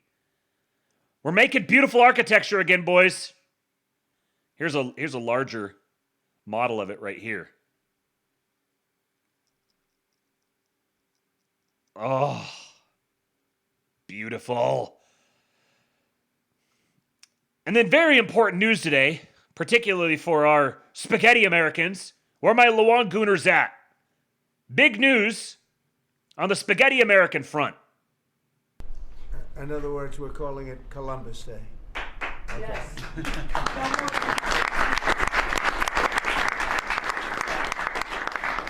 That was the press that broke out in applause. That was, can you believe that? I've never seen that happen before. The press actually broke out in applause. Good. Columbus Day. We're back. Columbus Day, we're back, Italians. And, okay? We love the Italians. We love the Italians. My president said it. We're back, Italians.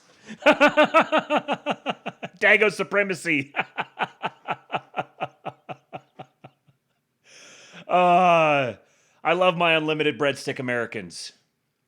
Okay, so a little bit about the government shutdown. It was revealed that during President Trump's meeting with Schumer and Hakeem in the Oval Office yesterday, Trump tried to give them Trump 2028 hats, and they declined. He also walked them to the Biden auto pen portrait at the Presidential Walk of Fame and asked if they like it. To be a fly on the wall in that room, when they sat down, when these two faggots sat down and Trump offered them Trump 2028 hats, and then he walked him down and showed him the auto pen portrait and said, "What do you think? Do you like it?" He's just dancing on their graves, man. It's just funny. I showed this to my dad, and he was like, He was like, wait, I thought that was fake. I thought this was AI or something. I was like, nope. This is an actual photo. In the Presidential Walk of Fame, he actually put a photo of the auto pen up there between the two images of himself.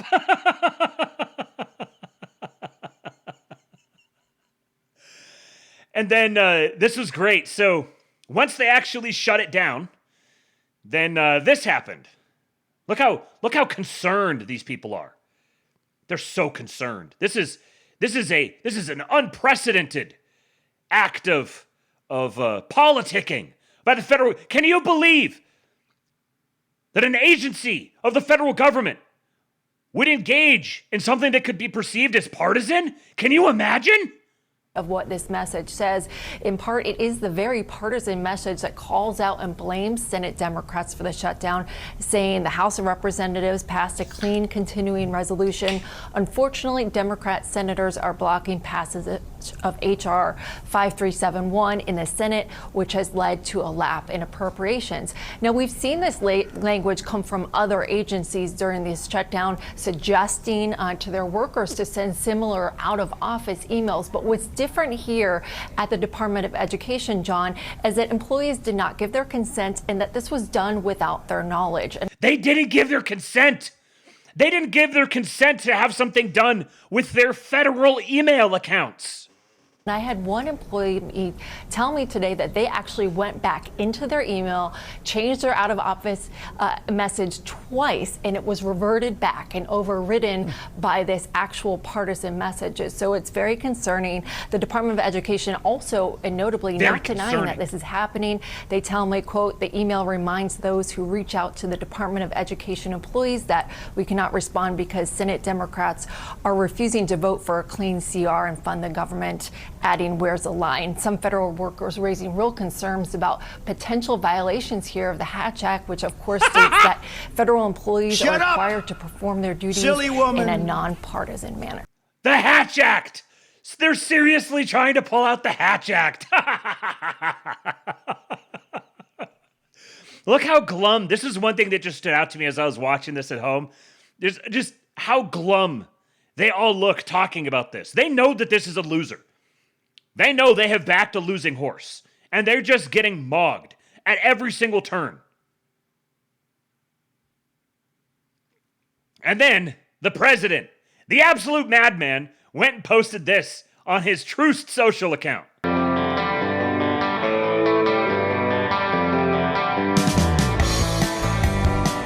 More cowbell!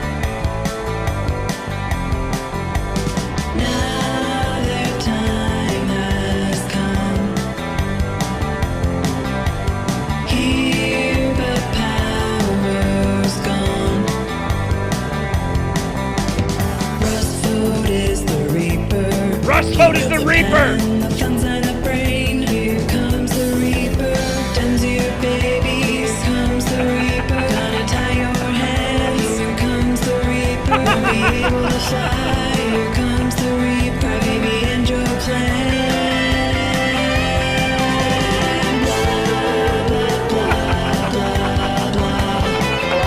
Blah, blah, blah, blah, blah. Blah, blah, blah, blah, blah.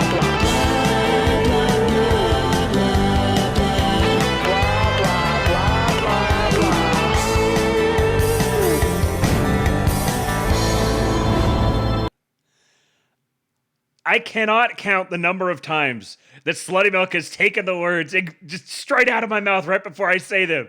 I love my president's AI boomer slot posting.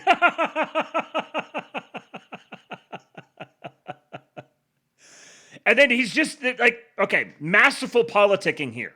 So with this set down, with the government shutdown, the WIC program, this is the food assistance for women, infants, and children, was at risk of being shut down itself. Now imagine this as a political tool for the Cope News Network, as Slutty Milk said. Imagine this is a political tool for them to start bludgeoning the administration with. They're starving the needy women and children. So what does he do? As promised, breaking moments ago, more than $200 billion coming into the coffers in tariffs, and now we're learning where some of that money will go. The White House has just announced that the Women and Children Food Program will not be cut off while the government is shut down. Some of the money, as promised. Tariffs. Peter St. Onge says Trump directs tariff revenue to pay WIC. This is politically brilliant. Just masterful. They touch every single note. So masterfully. We're going to use tariff revenue to pay for WIC. So now, you needy women and children, you infants needing your milk or whatever, the tariffs are paying for that. I wonder how many things that we can, how many government services we can fund using tariff revenue. Wouldn't that be an interesting thing to explore? What's that? We need to keep it shut down for longer? Oh, look at this. Let me check my tariff shelf over here. And look at that. Here's another few billion that we can use for this other thing over there. Oh, look at that. Turns out we don't even need that.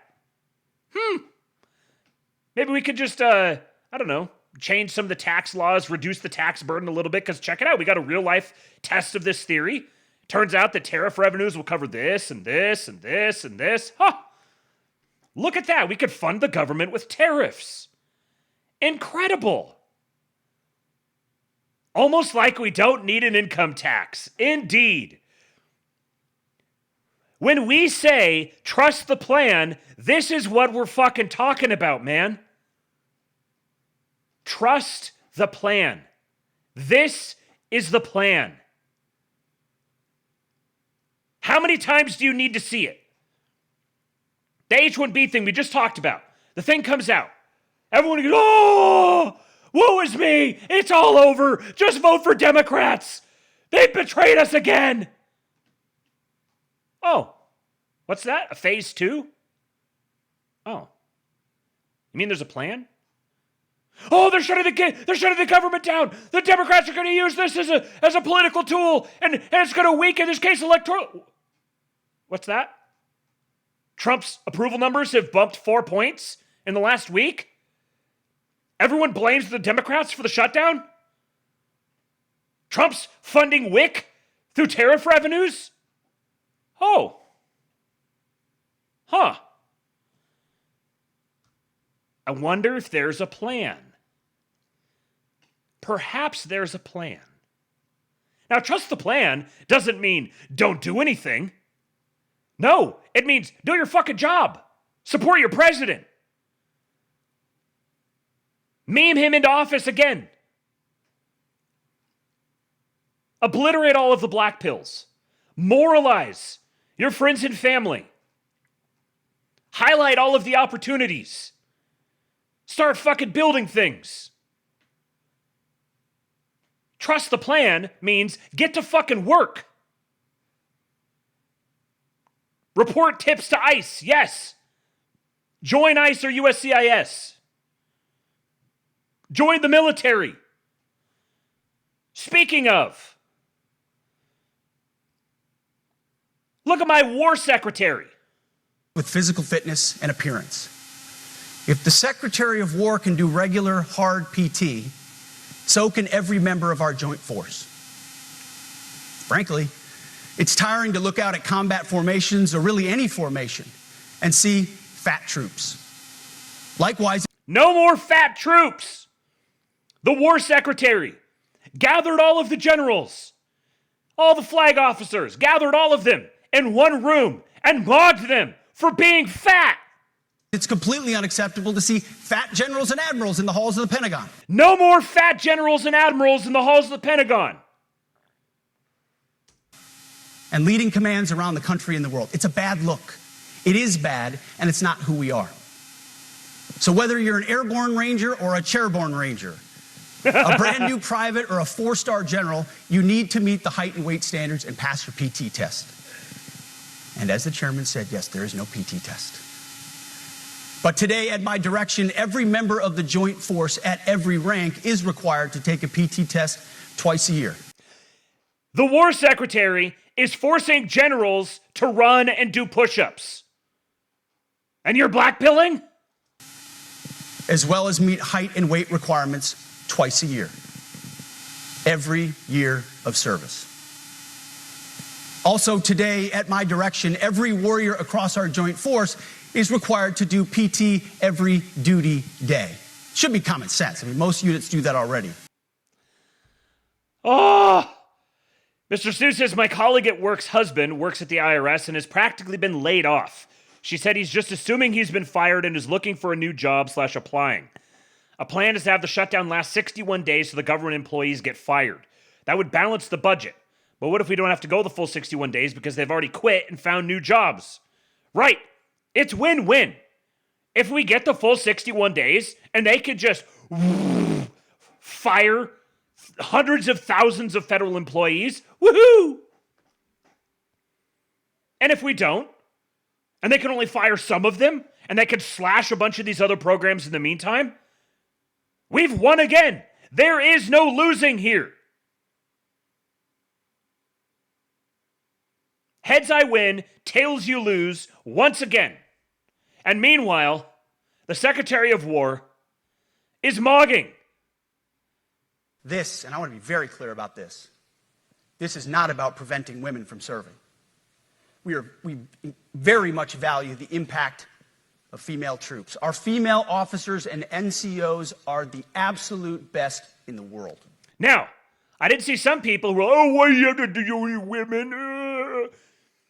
I just got to say, man, spending 10 days away from the discourse largely really brought me back into the perspective of the normie. And a lot of you guys really got to chill. You've got to know what time it is. The general populace is not remotely prepared for the conversation about removing women from the military entirely. And yes, the administration still needs to win elections. They still need to amass political capital and not needlessly throw it away.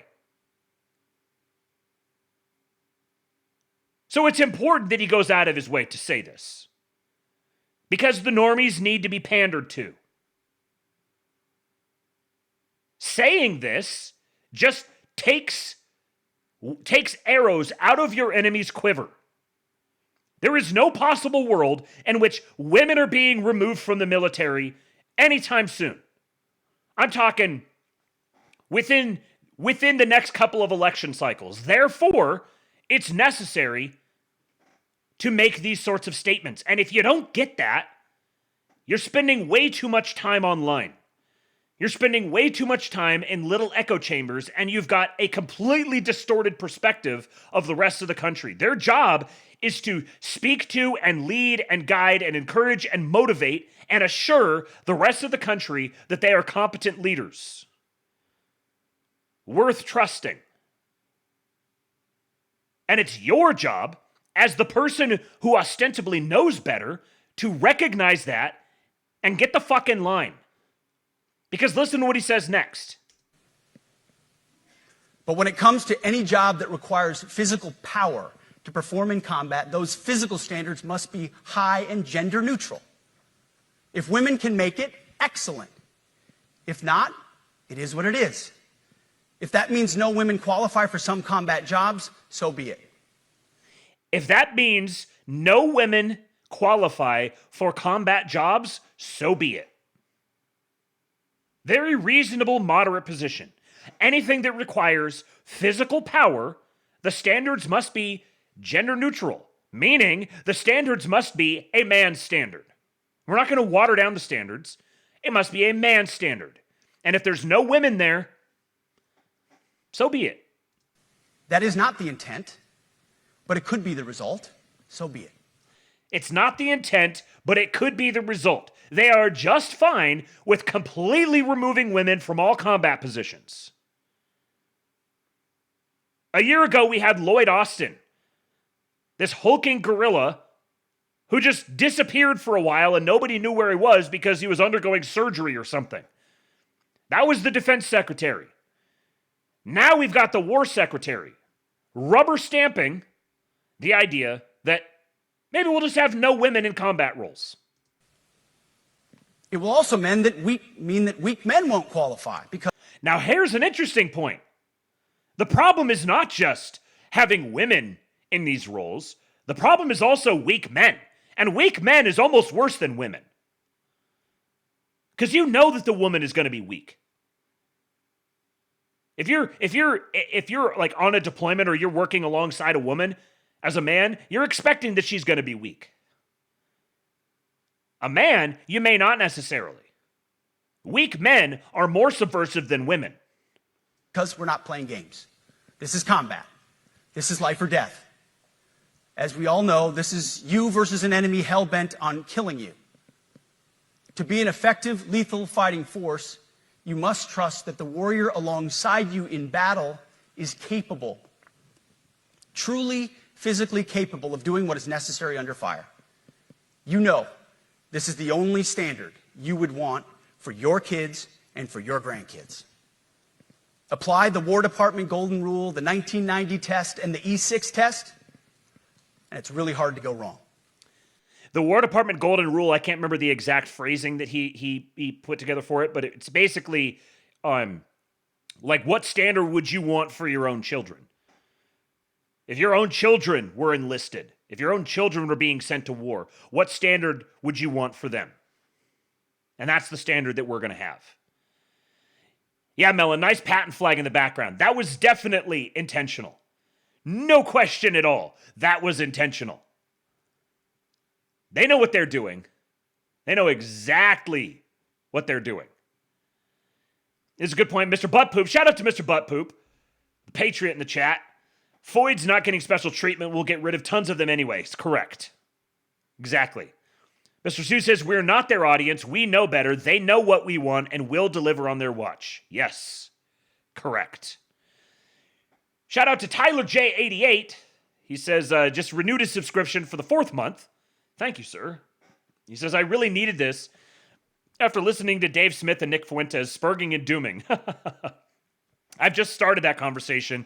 I heard that it was funny. Cooper texted it to me, and he's like, really good conversation. And then, I don't know, maybe an hour or so later, he's like, okay, the first 2/3 of it was really good. Then they started talking about like Trump and Vance, and it totally went off the rails, and it was absolutely terrible. I haven't gotten to that part yet. I've just gotten to the earlier part where they're discussing larger sort of philosophical issues and stuff, and it's very good. It's very, very good, very compelling, and it's funny because I find myself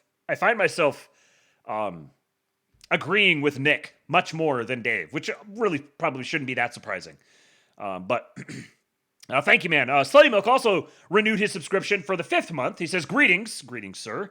And Barndon renews his subscription for the 4th month. Says, we Laban up in this bitch. That's right. And thank you to Duffhead also, resubscribing. A reminder that you can subscribe over on Kick if you would like to join the live chat. You have to follow the channel. That's free. Follow the channel, wait for 6 minutes, and then you can chat. We do need more chatters. We're going to start trying to do some stuff to boost the audience here in the near future, but we do need some more chatters. And let me see where we're at right now. We're at 180 out of 250. So we lost about 15 over the last 10 days. So we still need more chatters. The average viewership over the last 30 days is up to 70.52. It's going to go down today because of the late stream and being off for a little while, but got to get that up to 75. So if you're just lurking, please do chat in the chat if you haven't chatted in the last 30 days. And if you would like to be a subscriber, it's $5 a month. And unlike YouTube, which takes 30% of that, Kick only takes 5%. So it's much better for many, many reasons. And also a reminder for those of you who may have come in late, the typical tips link is not working, tips.kingpill.com. I've got to figure out why that link broke, but the direct link is pinned at the top. Please do contribute to my streamer salary. We're about a third of the way into the month already, and got some catching up to do. So thank you guys for your support. Let's talk a little bit more about Pete Hegseth. Look at this. This is my Secretary of War, Pete Hegseth, hitting the gritty in an Adam Thielen jersey. My war secretary is a white sports ball boy appreciator.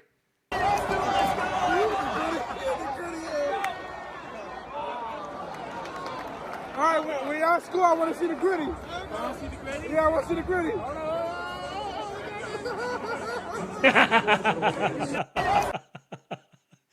White boy summer continues unabated. Great point here from Solianath. He says, I don't really care whether Hegseth has 4+ decades of experience doing war games.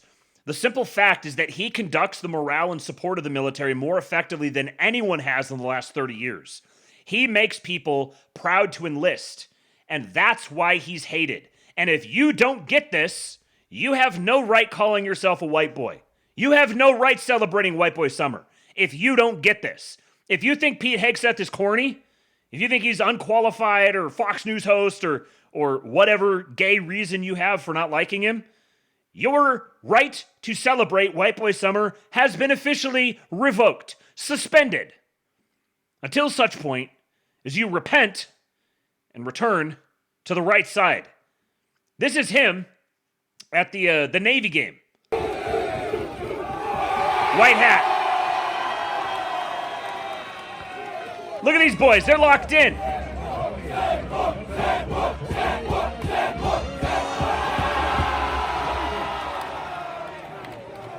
Listen to that Sec War chant.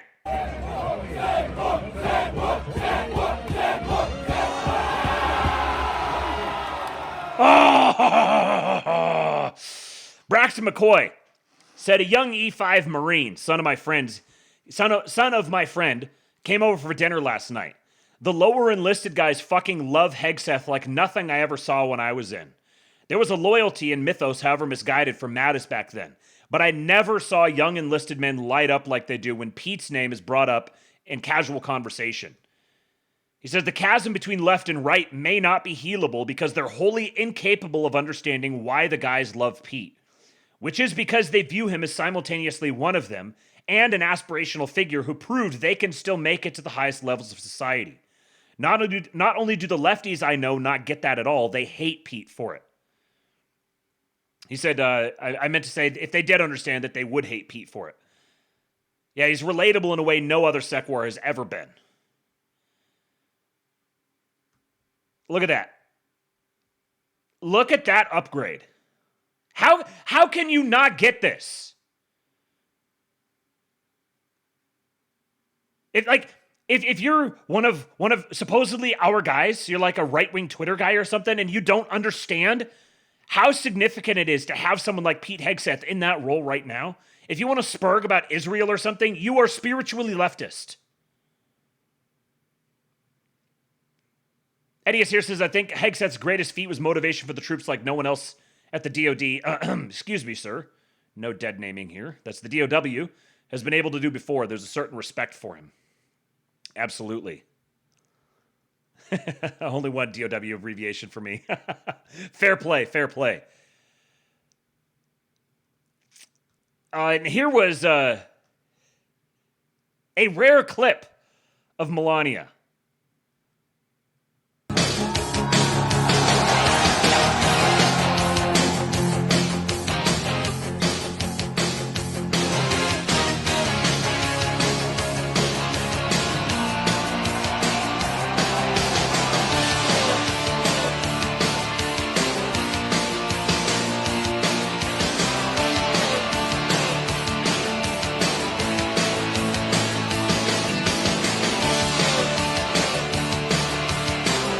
Most beautiful FLOTUS of all time.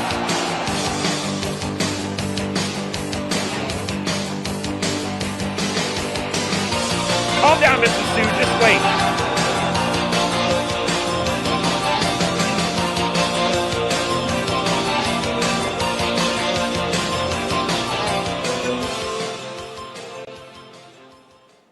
Hooyah, Navy! Hooyah, Navy! Hooyah, Navy! She's adorable. I also gotta point out, I didn't notice this the first time around. Look at this. Look at this stash back here. Look at my man. That's clean. Well done, sir. She's saying Hooyah, Navy.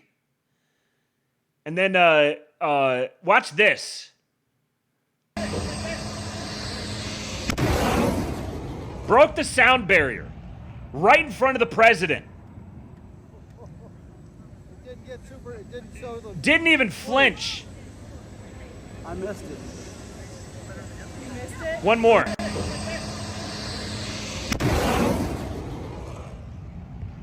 Imagine that. Oh! It didn't show the plume. I missed it. Such a stud of a president. I don't have it. It did it past us. My wife says if Matt hits his monthly goal, he'll shave his beard into a mustache. Now, I don't know about that. My wife has been trying to convince me to remove the beard.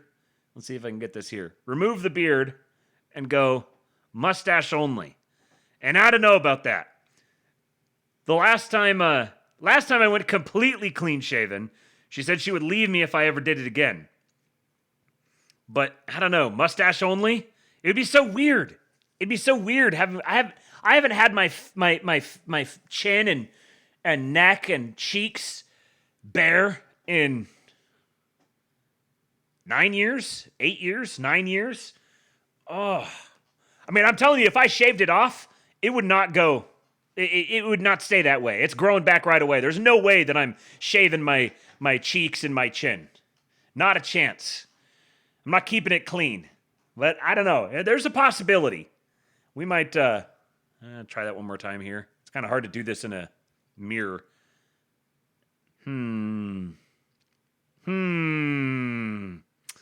Yeah, we'll think about it. Yeah, we'll see if the people want it. You guys can show your approval of the idea by going to the Streamlabs link and sending a tip, and maybe it will happen. I look like an 80s cop. Yeah, I mean, I could get some. It's coming in quite a bit thicker now here, so I could probably get the handlebar, but I think she would ixnay the handlebar. I don't think she would be down with that. If Matt hits his monthly goal, Eastwood may get a brother or sister then. Now we're talking. All right, let's keep going. We got it. When my president hits a couple of dances like this, I got to play him.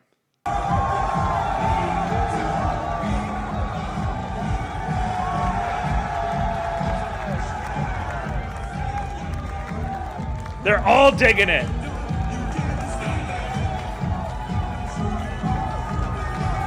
I wonder if there's ever been a president that is as loved by the troops as Trump. Obviously, there's plenty of them that hate him, but there's a lot that love him and that absolutely adore him.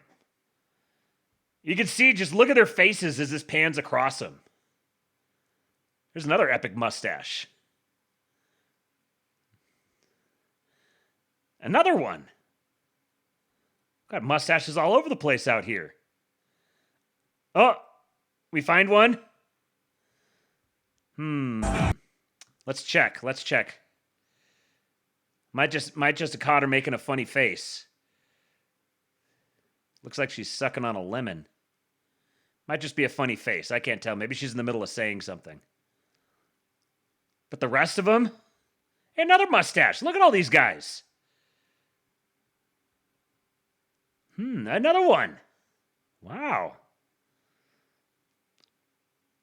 Mustaches are in. And then I had another one of these here as well. Trump dance aboard the USS Harry Truman. Young man, there's no need to feel Get him, Mr. President! Young man, pick yourself off the ground. I said, young man, 'cause you're in a new town. There's no need to be unhappy. Young man, there's a place you can go. I said, young man, when you're short. Oh, we got to savor these times, man. We've got to savor these times. There will be a time where we look back on these moments with great fondness and affection. We got to love them while we got them. Actor Richard Gere. Oh, please do tell me, Richard Gere. What do you have to say? I'm waiting with bated breath. A few actresses that he named and actors that are worried about what's happening in the U.S. Are you worried? Of course. No, I mean, we have a president who's completely He's not only crazy, he's a dark, dark presence. And it's happened so quickly. 6 months, he's almost destroyed our country. Let me just go back here again. Dark, dark presence. Young man, there's no need to feel down. So dark. Young man, pick yourself off the ground. I said, young man, cause you're in a new town. There's no need to be. Look how dark his presence is. Young man, there's a place you can go. I said, young man. I put those two back to back on purpose. And of course, the Gigacon can't be a Labe mention. Can't be a Labe without a Gigacon mention. Look at him. A highly questionable cultural history of Richard Gere's ass gerbil. The story goes like this. Richard Gere once got a gerbil stuck up his ass and then had to go to the ER to get it removed. And that's it. End of story. Yet this single sentence narrative has somehow endured the test of time for decades. Like some ancient folklore passed down from generation to generation. Why has this story been so durable? Where did it come from? Why the fuck is a gerbil always the rodent of choice? Most importantly, is it true? I am in awe. Absolutely just flabbergasted. Incredible. Incredible posting. I forgot about the gerbil story too. Did not know about the gerbils. I mean, I did know about the gerbil story. It had escaped my memory for a very good reason. But the Gigacon?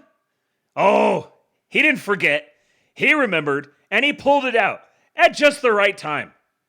Just masterful, masterful work. Now, to those of you, there may not be anybody in the Labe chat. You guys are the best. But if there's someone who's listening to this later on, and perhaps you've heard the people who are complaining about the posting. You're complaining about the DHS account, or the Border Patrol account, or the White House account, teasing with our memes, giving us the little, with the memes. And you're like, oh, it's slop. It's slop. It's unserious. They aren't doing anything. They're making you feel like something's happening. But all they're doing is just posting memes. They're not doing anything substantial. They're just engaging in slop. It's undignified. They're not serious. Nothing's gonna happen. I was cooking up a thread addressing this because it's been driving me crazy. I don't know how people don't get it, but too many people don't get it. Fortunately for me, someone who is much better with words than I am, someone who, those who have been around the show for long enough will remember he was once dubbed Chief Goonik. Then he took a little vacation from X for several months and came back a changed man.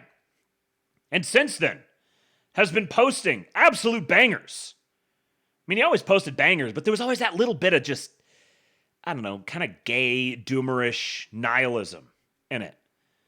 But it's gone. I don't know if the man went and got baptized or what. But since he came back, Zero HP Lovecraft has been posting bangers. And I'm so glad that he posted this because he did so much better with it than I would have. He said it's totally fine if the government wants to post our memes. I understand that people want to feel like the government is somehow operating in an elevated plane of civility and sophistication. But it isn't. And it's good to dispel this illusion. Many bad patterns of thought flow from modeling the government as an abstract, lofty power.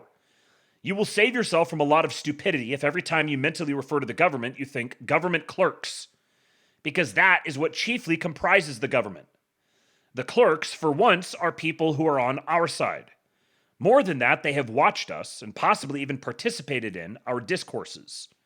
Probably they were not posters of wide repute. Now, they get to sit at the cool kids table and harvest dopamine for posting memes. Don't take that away from them. Don't turn up your nose like the hipster fascist you are, I love you, and spurn their affection. Was your hipster fascism just a pose, or do you really want the things you said you wanted all these years? I know it's never fast enough, never extreme enough, never the decisive made-for-TV moment of triumph you imagine. Oh, why did they purple at James Comey? They're just going to let him get away with it. I didn't get my made-for-TV moment. But in aggregate, it's quite a lot. And the limiting factor is the coordination of a large group of people. How do large groups of people coordinate? Through memes. This is maybe the most important part here. The primary limiting factor for the administration right now is the coordination of a large group of people. And how do large groups of people coordinate? Through memes. So if these are the memes they're posting, this is how they're wanting to coordinate people. They're building political capital using our memes. They are farming dopamine, creating aura with our memes. The woke regime, RIP, coordinated through memes. Every lefty slogan you hate was a meme, and the government clerks posted them constantly, and that was how they solved the coordination problem. There was nothing dignified about their memes, and the conceit of dignity and seriousness was one of the reasons conservatives constantly lost. Gravity and dignity became conservative bow-tie LARPs, whose primary function was to stop people from coordinating on an emotional level. This administration knows how to coordinate people on an emotional level. That's what they're doing. And when you turn up your nose at the memes, you are being a conservative bow-tie LARPer. You're advertising that you're a Tylenol American. You got to dial down the autism. Have some social awareness. This is how you coordinate people, through memes. And do we or do we not have the best memes? If we have the best memes, if the left can't meme, and if memes are the way that people are coordinated, then them using our memes means they are borrowing from the best memes available to coordinate people. This is exactly what you want the government posters doing. If you think of the government as this lofty, rarefied entity, then you think it can do far more than it can, far more effectively than it can. Most schizo ideation hinges on this error. When you remember the government is made up of clerks, you see they need cheap memes to align.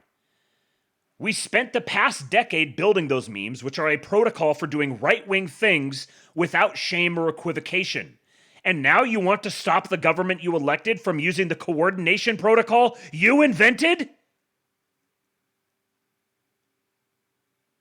We want them to do right-wing things without shame or equivocation. They will do that by memeing. They're going to meme one way or the other. So do you want them using the best memes? The memes we poured so much blood, sweat, and tears into creating? You simultaneously demand unfathomable levels of comprehension, of competence and coordination. And yet you want to remove some of the most effective tools from them because you think you're too good for it? You hipster fascist. They have to simultaneously do the most unimaginably difficult things, but they also have to not use some of the best tools at their disposal to do that. I mean, you could just say, I don't understand memes. I don't understand how memes work. That would be fine. And if you don't understand how memes work, then you should not go into employment as a meme critic. You should keep your meme critiques to yourself and allow those with social intelligence to manage the social intelligence sphere.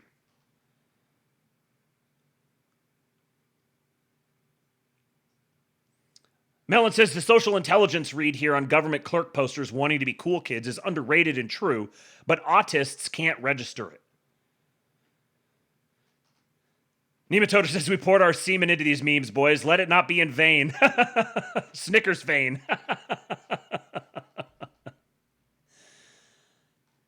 It is a beautiful, wonderful, excellent thing when our government accounts are posting our memes for what it does and for what it means. Because what it means is they recognize This way is the path forward. We're we're going through like the path of least resistance. We're going toward what's popular. This is what's popular. This is what's gonna engineer aura. It's both a recognition of that fact and a manifestation of that fact simultaneously. The white man is back, baby! The white man is back! Long time listener. Thanks for all the positive vibes, bro. Thank you, E. Boltman. Appreciate you. Thank you for the tip. Thank you for listening. And it's so good to be back. All right, let's keep it going. I've still got a handful of tabs left. Before I get to the rest of it, I have to tell you guys who are in the Pacific Northwest, you should attend the Oregon Weaving event. It'll be 1 hour south of Portland, November 7th, 8th, and 9th. It looks like the VIP dinner is already sold out. The tickets are going fast. You must attend this. If you're interested in the largest Our Guys speaking and networking event in the Northwest, this is your chance. I would be there. I am very disappointed that I can't go. I would be there, but I'll be in DC that weekend. But you, loyal Patriot listener, you should go and attend. The link is down here, the Oregon Weaving event. You should absolutely go and attend. Go listen to Our Guys speaking, start networking, getting to know each other. The link will be here. Look for the, I don't know if he pronounces this Skylos or Skilos. I think it's Skylos, Oregon Envoy. Just look for that link in the tab, in the links listing on the King Pilled Substack or in the podcast afterwards, and you can go sign up there. And it will be, see, it's 1 hour south of Portland. Let's see the actual location. It'll have Dave the Distributist, Bennett's Phylactery, Skylos, and Bowl. This is actually a name I don't know. Oregon's third official weaving event. Come for great discussions and to forge bonds and partnerships for ongoing Pacific Northwest regional endeavors. We focus this year on practical principles of educational, social, and economic networking, as well as what it means to build community in our deracinated age. Join us on Saturday, November 8th for the main event and after party, and on Sunday, November 9th for further festivities. In addition, there's a VIP dinner ticket available for Friday, November 7th. I believe the VIP is sold out, it said, but there are still other tickets available. They have hotel, single bed, and transportation provided is $500. Group housing is $200. The VIP dinner, which I believe he says is sold out, was $150. But if I was not occupied that weekend, I would absolutely be going there. It was one of the great things about going to doing the meetup with the guys in Seattle this past weekend and meeting up with the guys in Texas next weekend is being able to start putting faces to screen names and beginning to press the flesh in person and start coordinating and networking in these areas. Because obviously we're on the ascendancy right now, but I suspect that a lot of the roughest stuff is yet to come. And having strong in-person networks are going to be very important. There's a lot of people who want to just stay anonymous. They want to stay just posting. And the time will come when just posting will not be enough. That time, I would say, is already here. You want to be networking and developing your in-person networks, developing your own social capital before you actually need it. Because if you actually need it and you haven't developed it yet, you're too late. So you got to do it now. If you don't like groups of people, if you feel awkward, if you don't like talking to people or whatever, you got to get over it. Just go do it. I guarantee you there will be other people there who feel the same way. Just go do it. Go make some friends. Go develop some connections. Mellon says there's also one on the East Coast coming up, I believe, October 23rd or 25th. I forget. That would be a good one to, if you can get some more information on that, Mellon, then let me know. And I will, I'll shout that out as well. Let me check their website and see if I can find it here real quick. No, it's not. Oops, typed it wrong. Let's see if it tells me here. Events. Is this the First Fleet Forum? Oh, that's British and Australian community. Yeah, I don't know what the if there's if you have information on the other one, let me know and I'll shout that out as well. These are all good people, and we're going to be doing the King Pill meetup coming up, and we're going to start doing this regularly. Yeah, Slutty Milk, that's right. Get in proximity to patriots. Remember the John Doyle video that I played. Most important thing you can do right now: get in proximity to patriots. It is top priority. Just get in proximity to them, start making friends, developing connections, building trust, and seeing what you can provide to other people. Don't just go there like trying to get something from them, but also go there and whatever you have to offer, go offer it to them. Even if it's just an encouraging word or a piece of advice or whatever. If you don't have a lot of money, if you don't have some sort of special skill or whatever, just your presence and your support, and that can be enough. But get in proximity to patriots. Cheeky says, I forgot I wanted to send you some wine, Matt. Do you have a P.O. box? No, I do not have a P.O. box. I would be happy to accept some wine. I'm not typically a wine drinker, but I'd be happy to try some. I'm very, very willing to become a wine drinker. I will DM me on Twitter, and I'll send you a place you can send it. I do need to get a P.O. box set up. Hold on. Monitor's doing weird things. I do need to get a P.O. box set up. I've been thinking about that. So my wife says I can set up a P.O. box if needed. Yeah, I'll get a P.O. box set up, and I'll get that included in the links for contact. But yeah, just DM me, Cheeky, and on Twitter, and I'll send you that. Okay. Continuing here. So let's talk about Antifa. I've got a Gigaju clip here. I was afraid that this one was going to be in the SUDAWAVEs, but it was not. So I get to play it for you guys. So this is talking about there. I know a lot of people really want to see the administration escalate more quickly here with Antifa. They want to see the skulls getting cracked. They want to see a lot more aggressive action, start arresting people, Insurrection Act.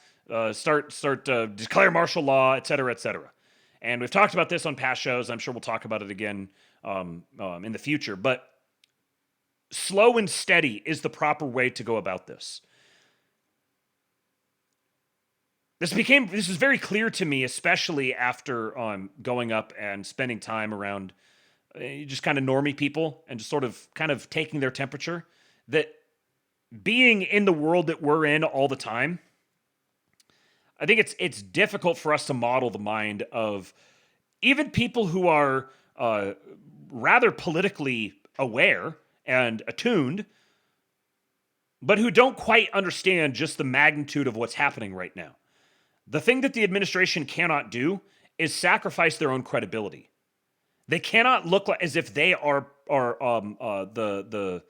responsible for provocation here, and this is a difficult truth to accept. They must wait for the other side to escalate so that they can be in position so that they can be seen as reactive and responding. Because the people are not ready for a proactive, aggressive administration. You may be ready. The people you talk to around you all the time may be ready. But the overwhelming majority of the population, even those who might be sympathetic to the administration, are not ready for that. Our people have been beaten down for so long. They're so afraid of the threat of authoritarianism that the last thing the administration wants to do right now is to validate all of the cries of fascism, Hitler, authoritarianism, whatever. Remember, the normies are generally are by and large pretty politically stupid. So you might be like, yeah, give me fascism. Yeah, give me authoritarianism. Or you might even be like, oh, that's not authoritarianism. You don't even know what authoritarianism looks like. If that's the case, then it's your job to get the normies up to speed. It's not your job to just sit back and just throw pot shots at the administration and demand that they go faster. They have to walk a very thin line. And what they're doing right now is they're organizing massively behind the scenes, while still working with agencies and bureaucracies that move incredibly slowly, that are full of subversives, that are not used to operating and functioning in this way, drawing on every last little bit of arcane legal justification that they can to lay the groundwork to allow them to respond proportionally. The majority of people right now do not see Antifa as an existential threat. Even though they're getting more and more tired of it and seeing it as more and more of a threat, to the majority of people, they're not encountering it on a daily basis. And they've also been kind of numb to it after the last 10 years of constant rioting sparking up here and there, and Minneapolis gets burned and Washington, D.C. gets burned, and then life just kind of goes on. There was no massive martial crackdown on those things. And look, here we are today, and life is just going on, and I get up in the morning, and I kiss my kids goodbye, and I get in the car, and I drive to work, and I work my job, and I go pump some gas, and I check the price, and it's not too bad. And that's where the majority of people are. But all of a sudden, if you get Trump declares martial law and is deploying Marines into every major city and arresting governors, the populace is gonna chimp. They're gonna freak out, and suddenly, all of these Democrats who are just grasping at straws, trying desperately to find something they can cling to, are going to be given a huge shot of energy. And this is a difficult truth. It's a difficult truth that the administration is in a position where they are forced to allow more people to get hurt before they can respond. It's going to have to happen. More people are going to die. There are going to be more assassinations. The time for preventing that was long, long ago. We've passed that. We are in a war. And in a war, people die. The people who die are not dying because of a lack of willpower or effort or motivation on behalf of the administration. They're dying because we are in a war, and people die in a war. But each time those things happen, it allows them to escalate. Until we reach a tipping point where people are clamoring, where normies are clamoring for the administration to go proactive. And so they have to get their ducks in a row so that they can do that. Because right now, they don't even have their ducks in a row to be able to do that. This isn't just like turning an aircraft carrier. This is like trying to turn an entire planet.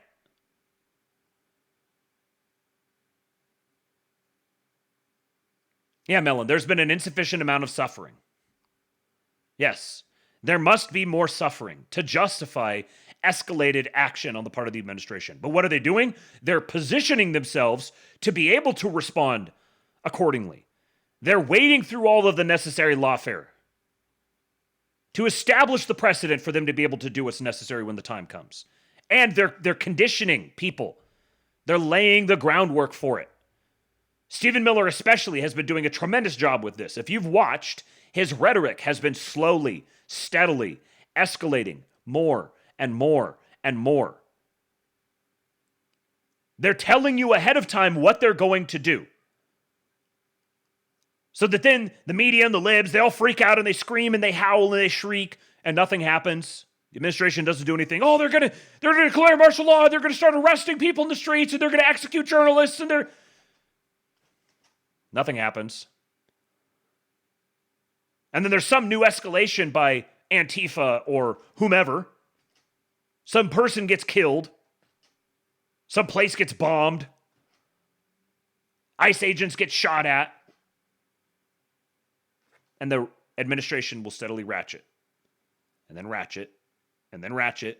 And then ratchet. And then ratchet. They have to move slowly. And the fact that they're moving slowly is what is evidence of their extreme patience and competence. So there's a couple of interesting nuggets in this interview here with Stephen Miller talking to the CNN reporter. If a Democratic president someday calls the National Guard to a red state over what they see as open rebellion, but is what amounts to a demonstration that gets rowdy, I mean, is that not a fear? They're posting pictures of their kids because it's a demonstration, and they have a sniper on top of a building firing a high-caliber rifle at a nice facility because it's a demonstration, and they are engaged in a vehicle ramming But the attacks, National Guard isn't coordinated being ramming sent to attacks Texas. because it's a The National Guard demonstration. isn't being sent to Dallas, where that's. This is Stephen is just on it. Just on it so perfect. This guy walks right into it. Sniper was. Because the Dallas Police Department and the governor of Texas, well, you walked right into that one, have responded to every call for assistance and help. They gave a stand-down order in Chicago, and they gave a stand-down order in Portland. So in Chicago and Portland, the local governments have been issuing stand-down orders to local police, which is why they're having to bring National Guard in there. Because the local police will not assist the federal agents that are there doing immigration enforcement. In Portland, some of the federal agents boarded up an ICE facility to prevent people from breaking windows and trying to break into the building. They boarded it up, and the Portland police wrote them a ticket for a zoning violation. Think about how radicalizing this has got to be for those agents themselves. To be like cornered in a particular area or under fire and calling for local police and hearing that the local police have been given stand-down orders. Nope, you're on your own. That's going to be really radicalizing to the guys on the ground. And what's happening here is that they are giving these places like Chicago and Portland enough rope for them to hang themselves with. Because federal agents engaged in lawful activity being hung out to dry by state and local police is a per se definition of exactly when it is justified to bring in federal troops. And so having rogue judges try to block this sort of stuff is perfect. This is exactly what they want. Just like with the birthright citizenship and with all these other executive orders that random traffic judge blocks and then it gets escalated to the appeals court and then up to the Supreme Court. They need these things to happen so that they can escalate them, so that they can establish the pretexts such that they can make these moves fully within the color of law with no possible objection. So in Texas, they don't need to call National Guard from out of state into Texas because Texas is fully cooperating. Realize that there's 11,000 federal law enforcement officers in Oregon. That's larger than the size of the FBI. Local and state police are resourced to deal with this kind of riotous assembly, but they have refused. They've been given a stand-down order. So they've we arrested need some to use 70 National people Guard and since federal June. troops They've been to fill arresting in folks that on the breach. ground. They've been arresting folks on the ground. They refute what you're saying outright. We literally have the 911 audio of the stand-down order in Chicago, and we have documented inside of DHS every single unresponded to 911 call over the recent weeks and months. How's that for a little nugget? So we have the 911 audio of the stand-down order in Chicago. We have audio of Chicago law enforcement being given directly an order to stand down. And they have fully documented every single unresponded to 911 call in Portland over the recent weeks and months. Sounds like they're putting a case together to me. So they're there in the city, engaged in their lawful activities, immigration enforcement, which ICE and DHS have full legal authority to do anywhere in the country at any time, particularly on federal land. So they're fully lawfully there. And then these local resources that have federal partnerships where they come and they assist, which is part of the way the system is constructed in the first place. They're being given unlawful stand-down orders, which means they're documenting all of this, which they will then provide as evidence either for some sort of like RICO investigation Or for something that goes up to, I'm sure something may wind up at the Supreme Court. It may not even have to get that high. But they'll have all of this documentation proving that they've done everything exactly by the books. And there are treasonous police chiefs, superintendents, mayors, governors, and other officials, rogue elements within these Democrat states that are actively working against federal agents performing their lawful duties, which will be the justification, the full legal justification they need for bringing in more federal troops.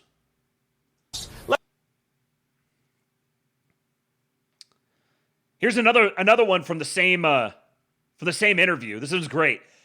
This guy here says, this dude is at half strength when he's on a script, too much theater kid energy, but let him run it from an audible, he's going to crush you. Debate kid energy at most effective strength.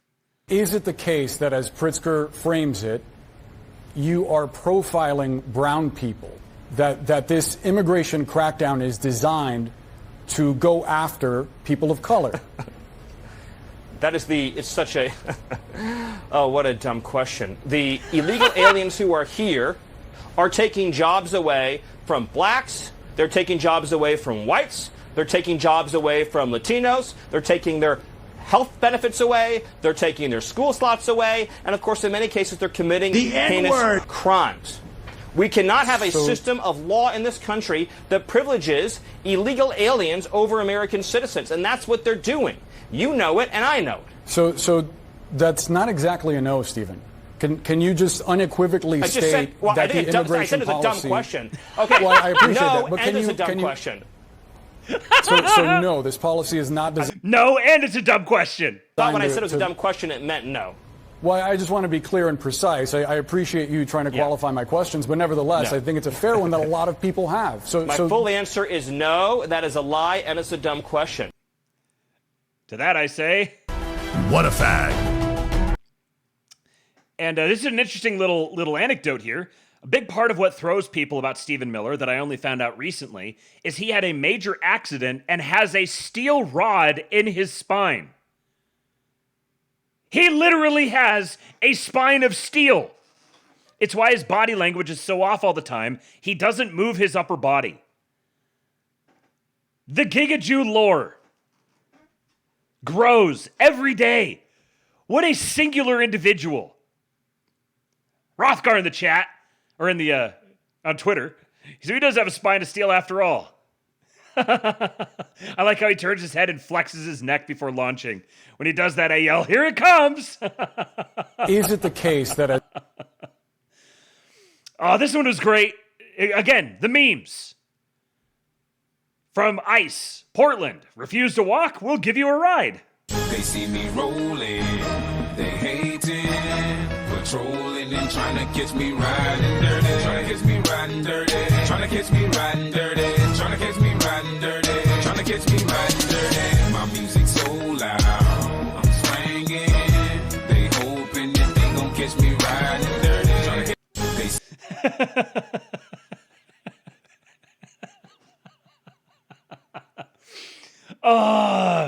ICE agents are throwing Antifa shitheads on little rolling carts, and you're blackpilling?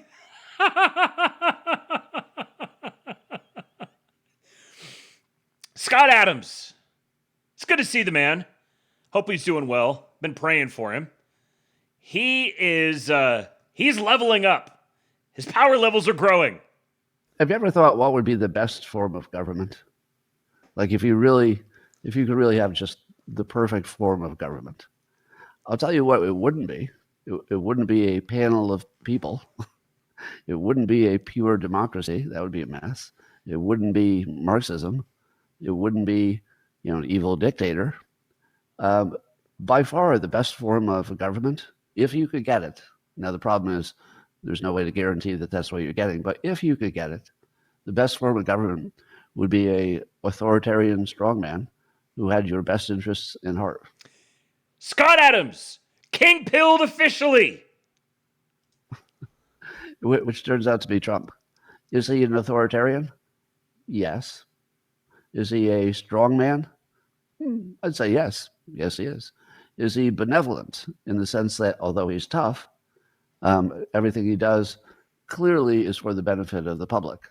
Yes. A Scotthoritarian. Slutty Milk has done it again. Although that, to the eye, that looks a little too close to Scott Horton for comfort. I don't know what to do with that. Does he put himself at personal risk for the benefit of the public? Yes, very much so. He's had 2 assassination attempts. That's as much risk as you could put anything at. So while I understand all the criticisms, and I understand why people would be wary that it might, turn into something else, I get that. But we are experiencing the golden age. I hate to tell you, but you could not design a better government than a strong leader who is stronger than an ordinary leader, stronger than a president, and is taking every opportunity, every possibility, every opening, pushing every door, opening every window, and trying to make stuff happen, but doing it transparently right in front of us so we could watch, and being a second-term president. So he's got the experience. He knows what he's doing now. He's got the right staff. This is sort of ideal. I will go so far as to say that we might never have a government again that's as good as the one we're experiencing right now. And I do think that there's something to this. I think he may be right. With whatever comes after Trump, we're not going to have a Trump figure. Trump is irreplaceable, like by definition. He is irreplaceable. The singularity of his personality and his effectiveness, his ability to just capture the narrative and drive it wherever he wants it to go, his memeability, everything about him is just singular. One of the greatest men of all time. No question. You're out of your mind if you think that's not true. Objectively, you don't even have to like him to recognize that objectively, he is one of the great men of history. So after him, things are going to be different. Now, that doesn't necessarily mean that things have to be worse. But we may be, right now, living through one of the most effective governments that we've ever seen. And I know for some people, that'll sound like damning with faint praise. To those, I would say, just go back. I've got 9+ months of astrolabes that you can catch up on. You've got, I don't know, hundreds of hours to listen, to try to get up to speed. This is a remarkably effective government, in large part because of the man at the top. Now, what comes after him doesn't necessarily have to be less effective, but it's going to be different. We will no longer have that singular person at the top. And I'm a big fan of J.D. Vance. But J.D. Vance is no Donald Trump. So what comes next, for a period of time at least, will need to replace what we have in Trump singularly in the aggregate, which can bring with it some strengths and some weaknesses. I think, in a sense, it could make it almost more anti-fragile. Trump is like the definition of anti-fragility. The more they attack him, the stronger he gets. Imagine a decentralized Trump effect. That could be a possibility. But it's going to require a whole-of-society effort. It took a whole-of-society effort to get us to this point, and it's going to take a whole-of-society effort to carry things forward while Trump is here and while Trump is gone. Now, obviously, it's not magic, so it can't do everything it wants to do right away. But we could not do better than a strongman Trump who likes operating in public and likes to be liked, which is important. He likes to be liked. So that eliminates all the things that might be good for him, but we wouldn't like it. He just doesn't do those things because he likes to be liked. It's the perfect situation. He's an authoritarian strongman, kind of a bastard type, but for us, he's our bastard.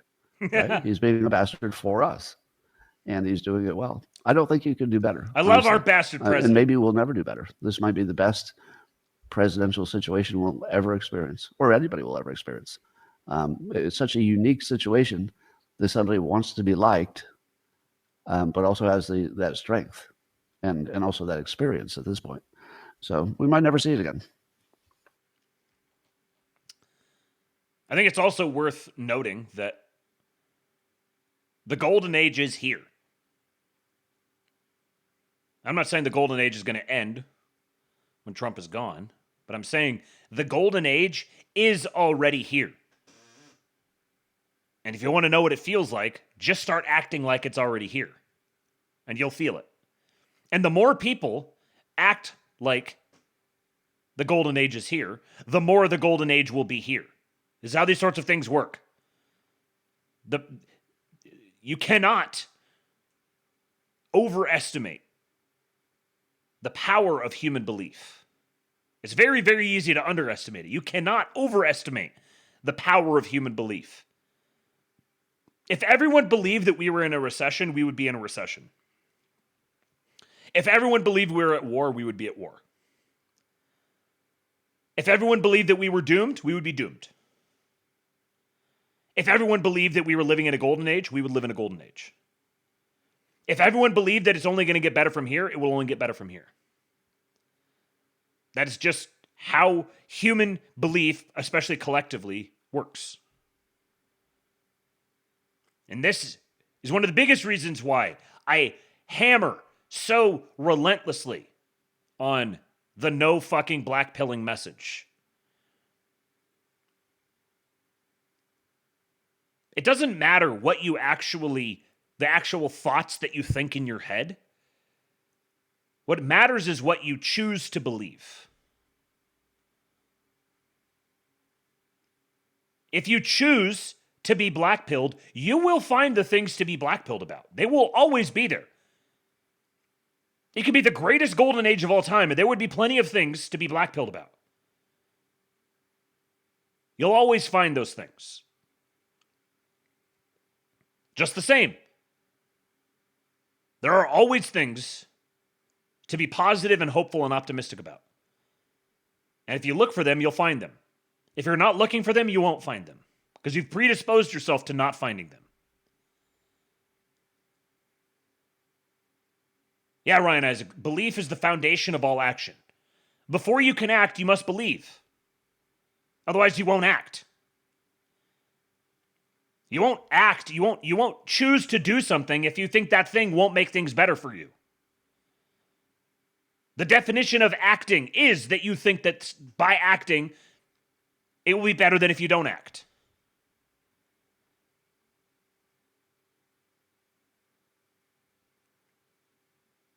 So choosing to renounce hope, choosing to be blackpilled, precludes effective action. Definitionally. You will not take effective action if you're blackpilled. If you think there's no hope, if you just think things are going to get worse, there's nothing anyone can do to make it better, you are precluding the possibility of things getting better for you. Things will get better for other people, and you'll sit there from the sidelines and doom and yell and shout and throw peanuts or whatever. But you are actively choosing to make the world worse for yourself and for those in your immediate environment and extending out from you. Belief is a choice, and it's the foundation for action. More Scott Adams here. He says, I'm loving this new Republican approach of not taking the designated liars seriously in hearings and just using the time to shout personal insults at them until time expires. The polite and professional approach wasn't working. This is definitely worth a try. And funny. Twofer. Here's Pam Bondi. Giving it to Senator Rich Blumenthal. Dick. I understand that Brian Ballard, longtime backer and head of the law firm where you work was instrumental in lobbying the Justice Department to drop that lawsuit. It was dismissed, so it's not subject to a court review. What conversations did you have with Mr. Ballard? Honestly, it's hard to believe this woman is 60. Senator Blumenthal, I cannot believe that you would accuse me of impropriety when you lied about your military service. I am you not lied. asking You you. admitted you I am lied not to be accusing you elected of a U.S. senator. impropriety. You I'm asking lied. you How about dare you? I'm a conversations career prosecutor. with Mr. Don't you Ballard. ever challenge my integrity. had, I have apparently- abided by every ethics standard. Do not question my ability to be fair and impartial as Attorney General. This is perfect. I don't care what you think about Pam Bondi. Perfect. Yes, Ryan Isaac. Go on the attack. Don't even dignify their question. Just throw it back in their face. Spit upon them with contempt. Just attack them. Just attack them and run out the clock. Insult them. Treat them with contempt. It's perfect. And then Trump just absolutely torched Senator Richard Blumenthal. Sanctimonious Richard Denang Dick Blumenthal. Perhaps the biggest joke in the United States Senate is at it again. Dick lied until the midpoint of his political career, convincing everyone, in particular the fake news media, that he was a great war hero who lived on the precipice of death in the jungles of Vietnam. He would talk about his life in the military in almost every speech, in particular the death-defying dangers he faced in his many years' fight for freedom while in Vietnam. He stated that, quote, the battles were violent and long, but there was no going back, end quote. And then it happened. Blumenthal was found out to be a fraud. The soldiers in his so-called platoon came forward and said that they had no idea who this guy was. He was revealed, broke down, and admitted, tears flowing from his eyes, that he lied. A whopper. One that lasted 20 years. This guy shouldn't even be in the U.S. Senate. It should be investigated and justice should be sought. Right now, there is a congressman sitting in prison for lying about his past during a campaign. Well, those lies were nothing compared to those of Richard Denang Dick Blumenthal, perhaps the biggest phony in the history of the United States Senate. He should be allowed to speak no longer. The emperor has spoken. Cut out his tongue. Send the Giga Jew over there to do it. Just slice it out. He doesn't get to speak anymore. Denang Dick. And I love how he puts dick in parentheses. He knows exactly what he's doing. Oh, yes, I love my president too, Mr. Sue. So much. So much. There will never be another one like him. Appreciate it while we have it, folks. So here is Pam Bondi again, talking about what they're going to do to Antifa. We're not going to stop at just arresting the violent criminals we can see in the streets. Fighting crime is more than just getting the bad guy off the streets. It's breaking down the organization brick by brick. Just like we did with cartels, we're going to take the same approach, President Trump, with Antifa. Just like we did with the cartels. We're not just going to be arresting people in the streets. We're going to take it down brick by brick. Now, everybody hears this and they're like, why are you just talking about it? Why are you doing it? Well, very obviously, they are doing it. If you pay just the tiniest little bit of attention, you'll see that they are doing it. These things take time. What they're doing is they are laying the groundwork. They are conditioning. The fact that it's just all talk right now means when all of the libs freak the hell out about it, and it seems like nothing's happening, they blow their wad on it completely. So that then, when things are actually happening, nobody cares anymore. They know how this works. How do you not know how this works? This has gone on for years now. Everyone gets all riled up and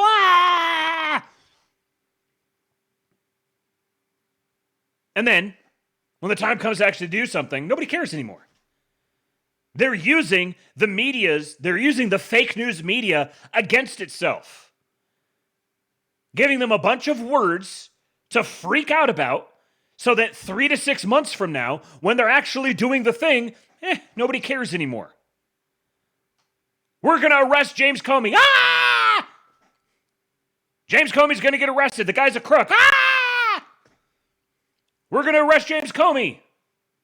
Justice will be served. Ah! And after months of that, hey, we just arrested James Comey. Okay. Well, we've heard arrest James Comey for so long that now it's just like, all right, I guess they arrested James Comey. What am I going to go freak out about now?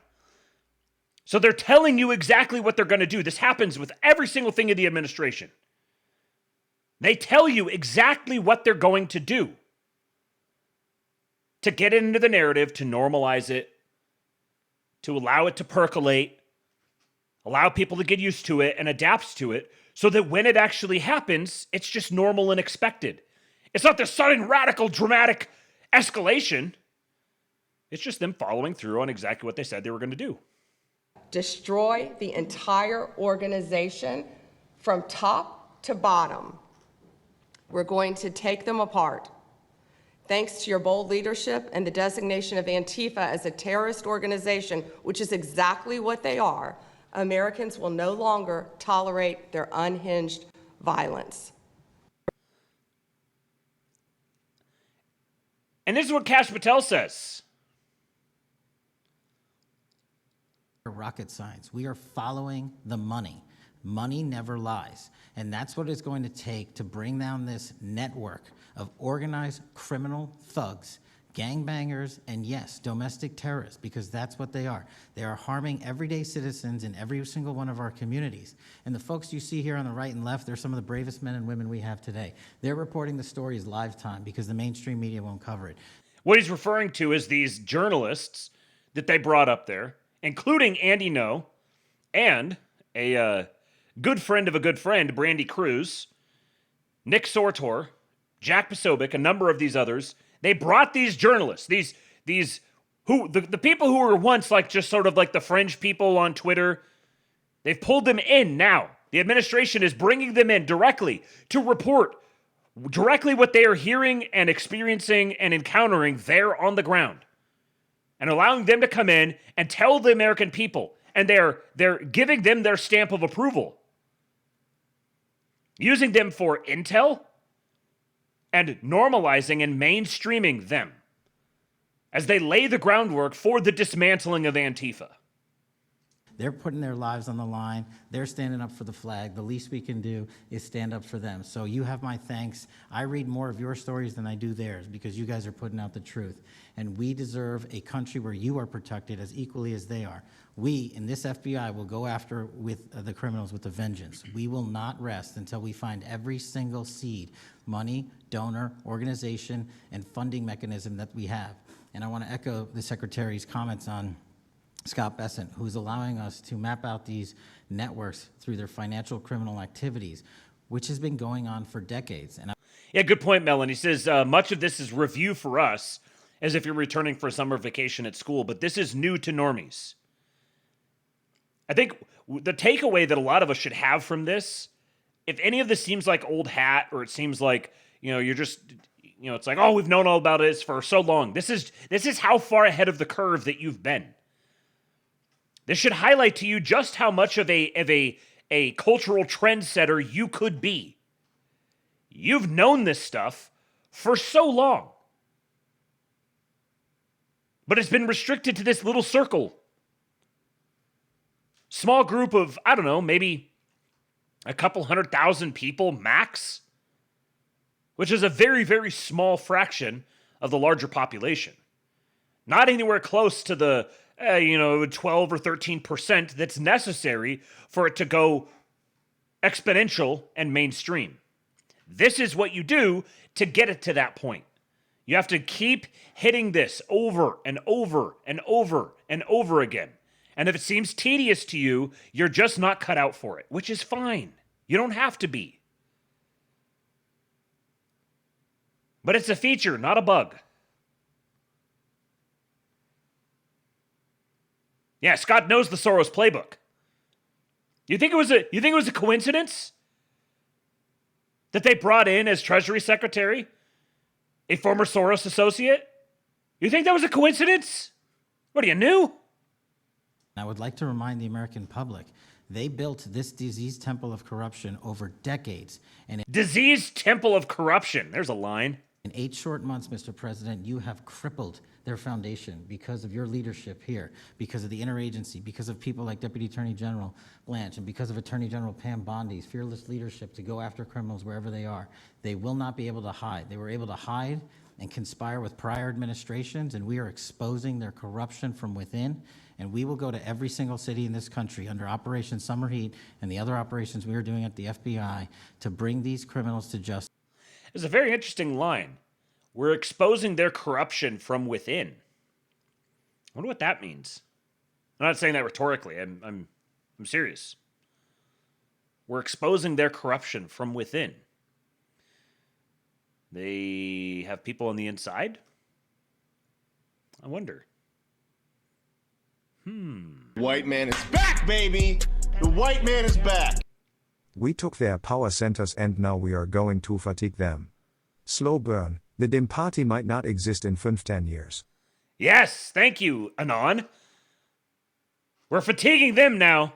The Dem Party, you might say that the Dem Party is going to grow increasingly Dem. I remember when I first said that right after the election, when I was like, yeah, we're watching the death of the Democrat Party. Democrat Party is probably not going to exist a decade from now. I kind of felt like I was going out on a limb a little bit with that. But the last 9 months has just confirmed to me all the more that that's exactly what's happening. Here is Andy Ngo, one of the bravest men on the planet, honestly. Going through what he's gone through and just continuing to do it, just steadily plugging ahead. He's actually out there on the streets. Doing the thing. Putting himself literally in danger. I'm surprised he's still alive, frankly. And it's good to see him getting the recognition that he deserves. And I was assigned to cover the election night demonstrations.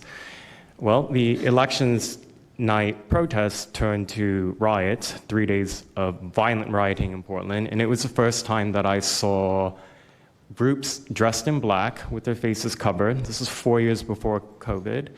Some of them were waving the black flag of anarchism, some the red flag of Marxism. And within seconds, they would ravage one street to another, to another, to another. And the next day, I would read the legacy media, which I still read at that time and looked forward to, and I looked up to those journalists, and I was really shocked to see that the narrative was that these, in my view, anti-democratic political violence was legitimate acts of protest because people were concerned about racism or all these other lies. Isn't it delicious? Mr. Buttpoop says we have the best queers. Isn't it delicious that two gay guys are going to be prominently responsible, two openly gay guys will be prominently responsible for the takedown of Antifa? And so for the next 4 years, I just continued going out with my The Gigagasian! We have a Gigafag and a Gigagasian. Video camera. I thought, look, people can ignore what I write because of spin, but videos can quite speak for themselves. Yeah, good point, Ryan Isaac. It's to our shame that no Pressler and Besant are leading so much. Pressler as well. There's 3 of them. We got 3 tremendous gays. And in 2019, it led to me nearly losing my life. I was covering another Antifa protest turned riot. At that point, had been routine in Portland, and then I was ambushed in a mob beating. And I had never been in a fight. I didn't even realize that I was being assaulted until seconds in. And the punches came from everywhere on my head and my face, and I was bleeding out of my eyes and ears. And then they threw all the drinks in my eyes to humiliate me further and to laugh. They weren't just, if I remember right, they weren't just throwing the drinks in his eyes just for humiliation. Those drinks that they were throwing at them were concrete milkshakes. They would take cement powder and they would mix it into this slurry, and they would throw it into people's eyes, not so that they weren't trying to make it harden. They were trying to burn their skin and blind them. That was the purpose of it. Laugh at me, and I was rushed to the hospital in an ambulance and CT scan, and I had subarachnoid hemorrhage, which is bleeding in the brain. I nearly died, and after surviving that, the reporting that I saw in liberal media it seemed to suggest that I had deserved it because they branded me far right, and some even went so far as to suggest that I maybe faked my injuries. A BuzzFeed reporter asked for my medical records, which I did provide, but this felt so, it's like because I didn't die in that attack, there was another round of people who wanted to finish me off. Here's one of the times that he's been assaulted. And note who tweeted this out. Charlie Kirk, September 9, 2019. 0 Antifa terror thugs have been arrested since this gay Asian journalist was beat in the streets in Portland. Yo!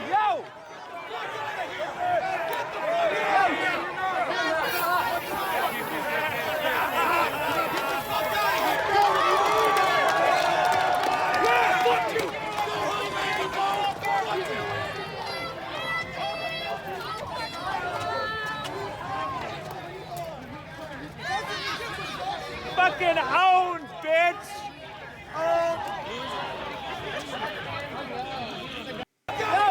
That was just one of the times. I think there's been, I don't know, like 3 or 4 different times that he's been beaten like that. There was another time where they were chasing him in the streets. They tackled him on the sidewalk. He scrambled into a hotel and was like begging for people to call 911 and help him. And the hotel workers just looked at him and wouldn't do anything. And he had to like dive into an elevator and like dive into the elevator car and get the door shut to try to get away from people. The dude is tremendously bold. Oh boy. Oh boy. What do we got? Here comes the money. Alpha male alert. Money talk. Here comes the money. Dollar, dollar. Dollar, dollar. Ching, ching, bling, bling. Cut the chatter. You ain't talking money, then you're talking no matter. I'm glad you're back, compa. Hope you and the fam had a good vacation. Thank you, Miles Standish.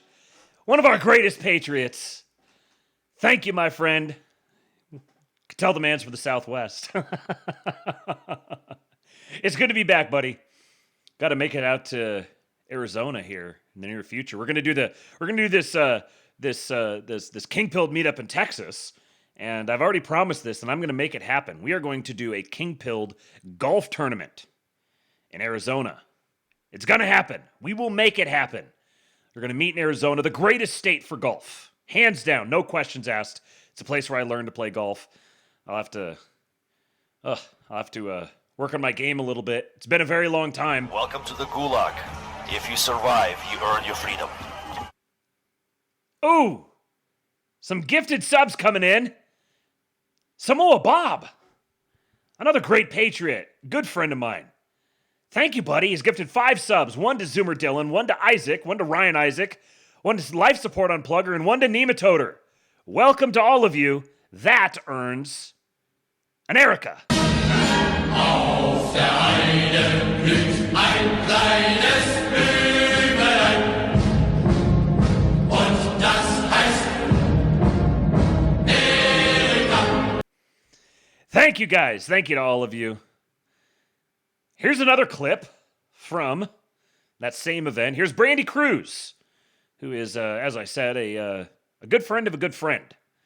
And this is pretty funny, especially notice, it's a little bit hard to hear, but notice how the president reacts to her. I'm living proof that you can recover from TDS. I had strong Trump derangement syndrome for probably 8 years. This is one of the reasons I recovered from it. And by the way, it's much better to not have TDS. I'm happier, I'm healthier, more successful. I even think I got a little more attractive after I got rid of my Trump derangement syndrome. Yes.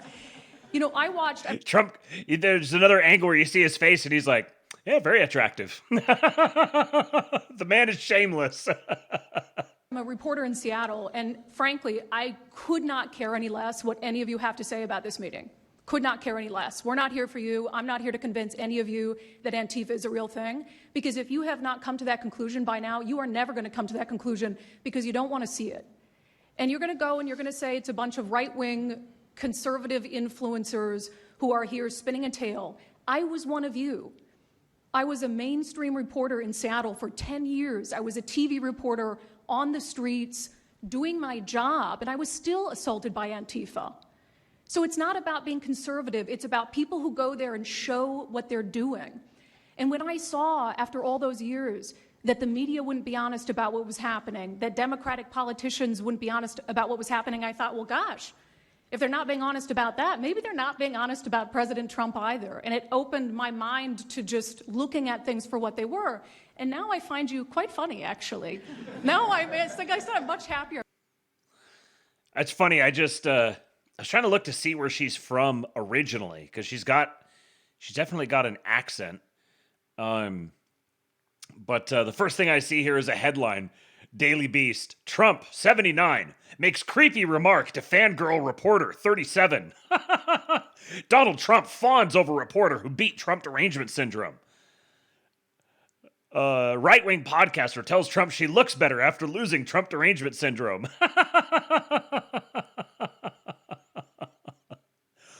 Yeah, Brandy's a good egg.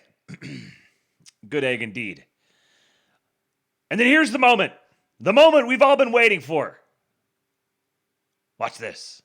Are you going to work with your administration, as the Secretary of State's here, are you going to work with your administration to designate it a foreign terror organization? You mean a foreign terror organization, whatever that is. a terror? Antifa? A foreign terror organization. Well, has that been done? Pretty close, right? Would you like to see it done? Yes, Mr. President. Do you think it would help? They have foreign links I'd be glad all to across do it. Western I think it's Europe. the kind of thing I'd like to do. If you'd like, does Middle everybody East. agree? If you agree, I agree. Let's get it done. Okay? Let's get it done. Marco, we'll take care of it. Mr. President. That's international, you mean? Yes. International. Yes, Mr. President. Sounds good to me. Foreign terror organization. Steve, are you okay with it? Yes, it's true. There are extensive foreign ties. Steve! And I think that would be a very valid step to take. Good, I think so too. Yes. Good, I think it's a good point. Thank you. Are you? Now, this should be, I feel like I shouldn't have to say this, but I've got to say it because I saw some of the reactions to this. This is obvious kayfabe. This is very, very obvious kayfabe. Now you've just seen what it looks like when Trump plays dumb. He's very clearly playing dumb in public. Oh, what's that? Oh, foreign terror. That would be good. Yeah. Hey, Marco, would that work? Yeah. Steve, be a good idea. Yeah, there's like international ties and stuff. So we should designate it a foreign terror organization. Okay. Yeah, that sounds good to me. Meanwhile, they've obviously been working on it behind the scenes for a long time. It's very, very clear. And I'll show you in just a second why it's very, very clear that's what's going on. But before I do that, we got another one. Here comes the money. Here we go. Money talk. Here comes the money. Money, money, money. Dollar, dollar. Dollar, dollar. Ching, ching, bling, bling. Cut the chatter. You ain't talking money, then you're talking no matter. No clever message. Just a good old-fashioned welcome back. Thank you, aspiring midwit. One of our great patriots. Thank you, my friend. You guys are amazing. We're catching back up here in record time. And just so you guys know, it says 325 right now, but it's actually 425 because I forgot to put the Dave Johnson one in there. So thank you guys. Thank you for your generosity. This is excellent. I appreciate you. My wife appreciates you, and that's very important. Keeping Mrs. Kingpilled happy is a very, very important thing that we are all responsible for. Me most of all, and I'm doing my best. White House releases names funding Antifa protests and violence in America. We paid for our own protests with over $100 million laundered by Democrats. We found a network of NGOs. George Soros, the Open Society Network, Arabella Funding Network, the Tides Fishing Network, Neville Roy Singham and his network, Johann Georg Hans-Jörg Wyss, a billionaire donor in Switzerland, and additional, foreign cash. So, in the exact same meeting where he was like, yeah, foreign terror organization, seems like it would be a good idea. Yeah, let's do it. Go for it. And that exact same meeting, the White House is releasing the names of the people who are funding it, almost all of whom are foreign. That this is not just a story about violence and chaos, as you alluded to, Mr. President. This is a money story.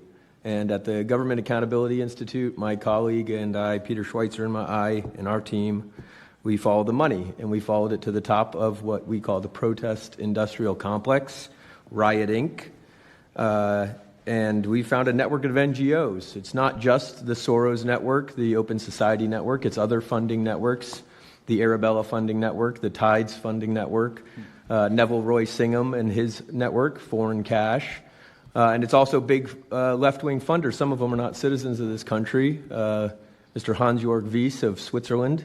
They're pouring money into this entire ecosystem. And so I want to share 3 money facts with you about what we call Riot Inc. Number one, like any corporation, Riot Inc. is a banger. Riot Inc. has many divisions. It doesn't just have the Antifa boots on the ground division. It has PR divisions. It has marketing divisions. It has a very well-funded legal division to get these boots on the ground back on the streets as quickly as possible.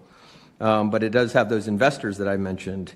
Number 2, we have identified dozens of radical organizations, not just the decentralized Antifa organizations, but dozens of radical organizations that have received more than $100 million from the Riot Inc. investors. These would be the lawyer groups. These would be the groups that advocate for calling good, honest Americans fascists, etc.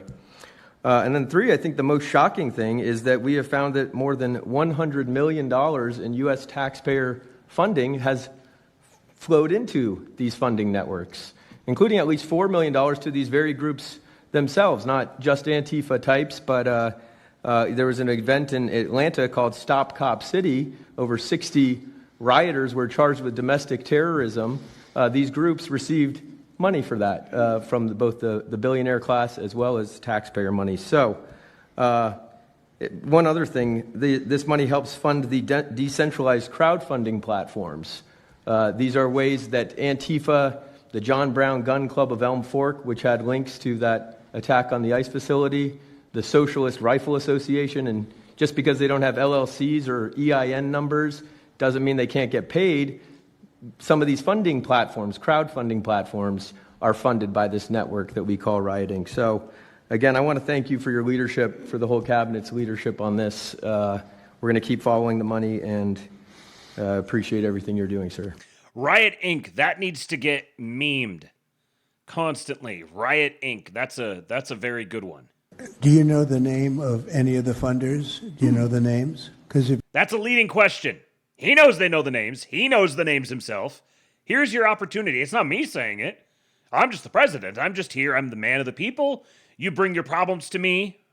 I'll hear them out, and then I'll make a decision. If you do, I'd like you to give them to Cash or Pam. Absolutely. Or Christy. Yeah, we'll do that. As soon as you can. That's all of you. Because you probably know the names after a certain period of time. You tend to find out. But these are people that do not have good intention for the country, and that's treasonous, probably. So treasonous. Very important. If you could do that, it would be great. Nobody would know better than you. You'll figure it out. Goes out of his way to mention treason specifically. If you're using taxpayer dollars and funneling it into funding riots, that's a mammoth RICO case for me, man. And then I only pulled up one of these, but the other night, Trump went through and just, for a little bit, just started spamming these on Truth Social. Look at this one. Those provisions authorize the president, when faced with such unlawful obstructions against the authority of the United States as existed in Alabama, to call into federal service such of the militia of any state and use such of the armed forces as he considers necessary. and to use the militia or the armed forces or both, or any other means. The militia of the United States includes the National Guard, meaning the Army National Guard and the Air National Guard of these several states. In furtherance of the President's order, the Secretary of Defense immediately called into active military service all of the units and members of the Army National Guard and Air National Guard of the state of Alabama to serve in the active military service of the United States for an indefinite period and until relieved by appropriate orders. This call was transmitted by the Secretary of the Army, acting by direction of and under delegation of authority from the Secretary of Defense. Copies of the Department of the Army message were furnished immediately to the governor of Alabama and to the commanding officers of the Army National Guard and the Air National Guard of the state of Alabama. It is apparent that the Alabama National Guard was properly called into federal service pursuant to 10 U.S.C. 332-4 and in accordance with the procedure provided in those sections. Since the call to federal service did not invoke the authority of 10 U.S.C. 3500, referred to by Mr. Bowen, the procedure prescribed by that section was not used. I trust that the foregoing information will be of assistance to you. Sincerely, Attorney General Robert Kennedy. And there was a few of these other ones here. Just a little casual nighttime reading. President decided to snap a couple pictures and fire those off on the Truce platform, establishing the pretext, the legal pretext for calling in the National Guard, the Army National Guard, and the Air National Guard of the several states. The drumbeat continues. It's coming. They're building up the pretext for it. Demanding that it happens before the appropriate time is demanding failure.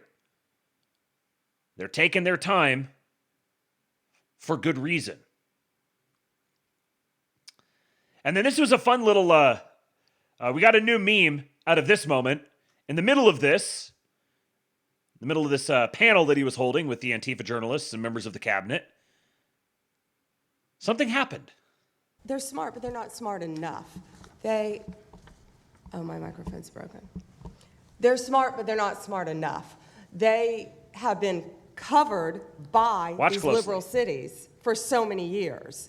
And that's why we're all working with Treasury, with all these different departments. So, come back here. Watch Marco Rubio right here.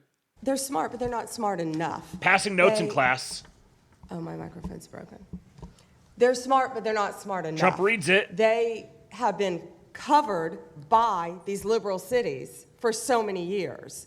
And that's why we're all working with Treasury, with all these different departments to find. There it is. We got another one. Mr. President. Sir, a second whisper photo has hit the timeline. Find the criminal conspiracy. Okay. I'm just giving. Yeah, I was just giving. Look at that. They all start yelling, and he's just like, he gives them the finger of God. Nope. Quiet. A note by the Secretary of State saying that we're very close to a deal in the Middle East, and they're going to need me pretty quickly, so I will take a couple of more questions. Please. Now, what's funny is people were able to zoom in on that note and see what it said, and it said something to the effect of, we're very close. We're going to need you to approve a Truth Social post so it's prepared to go so that you can announce it first. Apparently that was what the note actually said. But this was a reference to the major foreign policy development that the Israel-Gaza ceasefire deal was very close to approval, and they just needed the closer to come in and close it. So then I'll have more on that. I wasn't able to really go into all the details of it and everything. So we'll have more on that in the future. But here is a funny clip of our vice president, and I'll just play it. Mr. President, first of all, congratulations on yesterday. It was a big day to Marco, to Susie, to the entire team, but in particular, viewing it from this perspective where for months, the fake news media attacked you, attacked the entire team, attacked your approach. You know, the definition of insanity is to do the same thing again and again, expecting a different result. The reason we're here is because the president actually charted a different course with a different team. He vested a lot of authority in Steve Witkoff in particular, and that's why we're here. It's because you did something different, and I think it's important to recognize that. I also think the president, you know, Marco mentioned the president's personal touch being a big part of this. The one thing I would say is obviously the president of the United States, a New York real estate billionaire, one of the most famous New Yorkers in the world, has a lot of interaction with a lot of people who are very pro-Israel. I think that was an important set of experiences. Basically, he's saying, my president knows how to work with Jews. And life experiences that he brought to the table. He also, of course, knew one of the most famous Palestinians in the world, Chuck Schumer. And I think without that background of knowledge, it would have been impossible to get us to this. I love the fact here, Lutnick busts a gut. Trump barely even cracks a smile. He's like, yeah, it's true. Watch it again. He brought to the table. He also, of course, knew one of the most famous Palestinians in the world, Chuck Schumer. And I think without that background of knowledge, it would have been impossible to get us to this. Second thing I would say, just on Chuck Schumer, the president mentioned this, that... Oh, that's the face right there. Second thing I would say, just on Chuck Schumer, the president. This is Trump's like Cheshire cat face. This is him just purring. This that Chuck Schumer said this has been very good for us this morning about the shutdown. One of the things that we talked about before all the media came in and that all of us are going to work on for the rest of the day, we've been working on for days, is how to make the shutdown as painless as possible on the American people. So while Chuck Schumer brags about this being good, and I think the president is right, it's not good for him politically as much as he might think that it is. It's causing real consequences for the American people. There's a low-income food program, the WIC program, that my mom actually used when I was a baby. That program is about to be underfunded and is about to get cut off because Chuck Schumer won't open the government. We have troops. The Secretary of War mentioned how well we're doing on recruitment. We're trying to figure out how to pay our troops because Chuck Schumer is shutting down the U.S. government. There are veterans benefits that are going to suffer. There are Americans that are going to suffer because Chuck Schumer refuses to do his job. So while we're all celebrating this incredible success that we've had on the world stage, the country could be doing so much better if Chuck Schumer did his job and opened the government. Every single Republican, except for Rand Paul, has voted to open the government. A few fucking Rand. Do your job, crying Chuck. And Rand, you faggot. Moderate Democrats, to their credit, have voted with us to open the government. We just need 5 more Democrats to come to their senses and let the people's government serve the American people. I hope that they'll do that.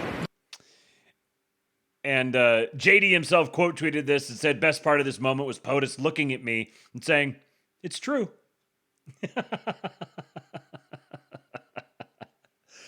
Ladies and gentlemen, we got another one. Here comes the money. Here we go. Money talk. Alpha male alert. Here comes the money. Money, money, dollar, dollar. Dollar, dollar. Ching, ching, bling, bling. Cut the chatter. You ain't talking money, then you're talking no matter. So grateful to have found the best group of people on the internet. I love you all. God bless the Labians. Labians! Welcome to the Golden Age.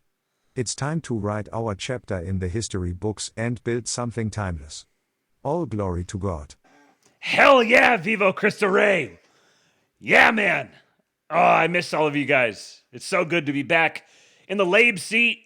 We're almost finished. Thank you, man. Thank you for the extremely generous tip. Thank you to all of you guys tonight for all the contributions, for the monetary contributions and the entertainment, the chat. Speaking of the chat, oh, and Erica. Yes, sir. An Erica for you.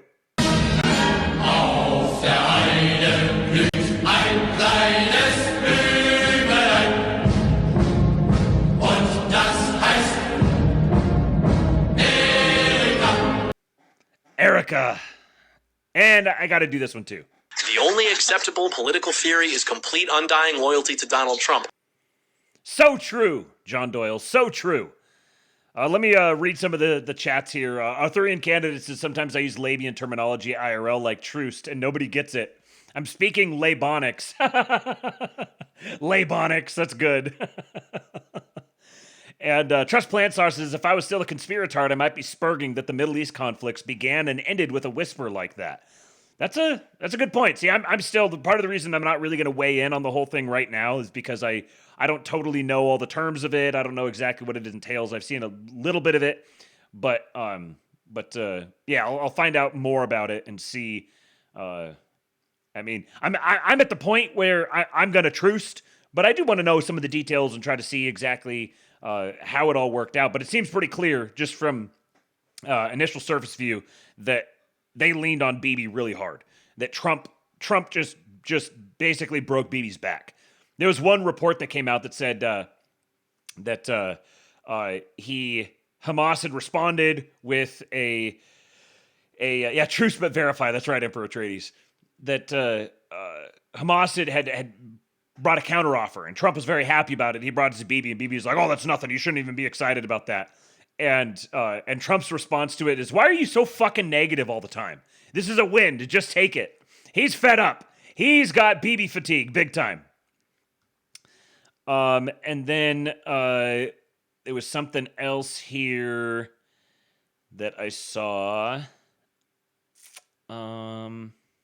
Where was it?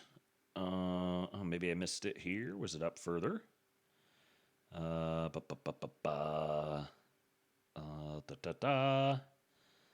scroll far enough. Where is it? Oh, there it is. My wife said, "What's the story with the Palestinian thing?" During the campaign, Trump called. I can't remember the exact context of it, but he called Schumer a Palestinian. Said he's like our great Palestinian senator, and was just mogging him. And so ever since then, people have been running with the joke. It's that simple. There's nothing more to it than that. Okay, so last couple of stories here as we round it out. Turning Point has a huge announcement. Says, it's true, Turning Point USA is thrilled to announce the All-American Halftime Show. Performers and event details coming soon. This will be for the Super Bowl. So the NFL has announced that Bad Bunny is going to be the halftime show for the Super Bowl, and Turning Point is going to do their alternative Super Bowl halftime show.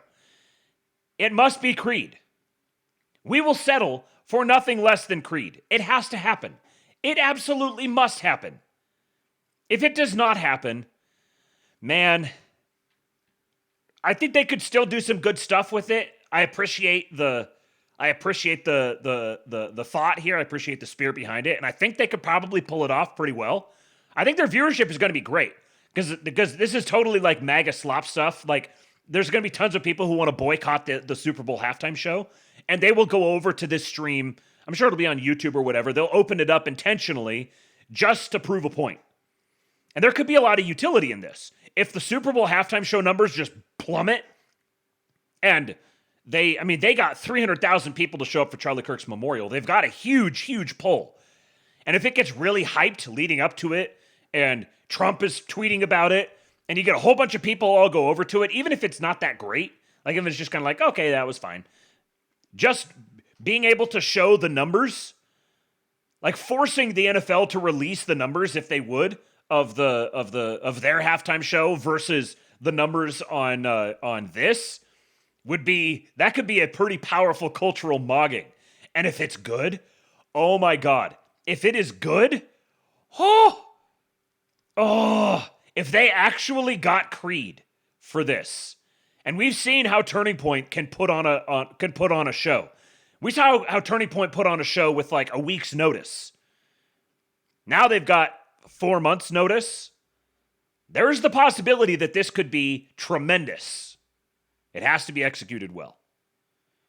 Even if it's not executed like 10 out of 10, I think I still appreciate the thought behind it, and I think that it is a good move, culturally speaking. AmericanHalftimeShow.com. Let's see. Complete the form below to be the first to receive information and updates. What music genres would you like to see featured? Anything in English is option number 1.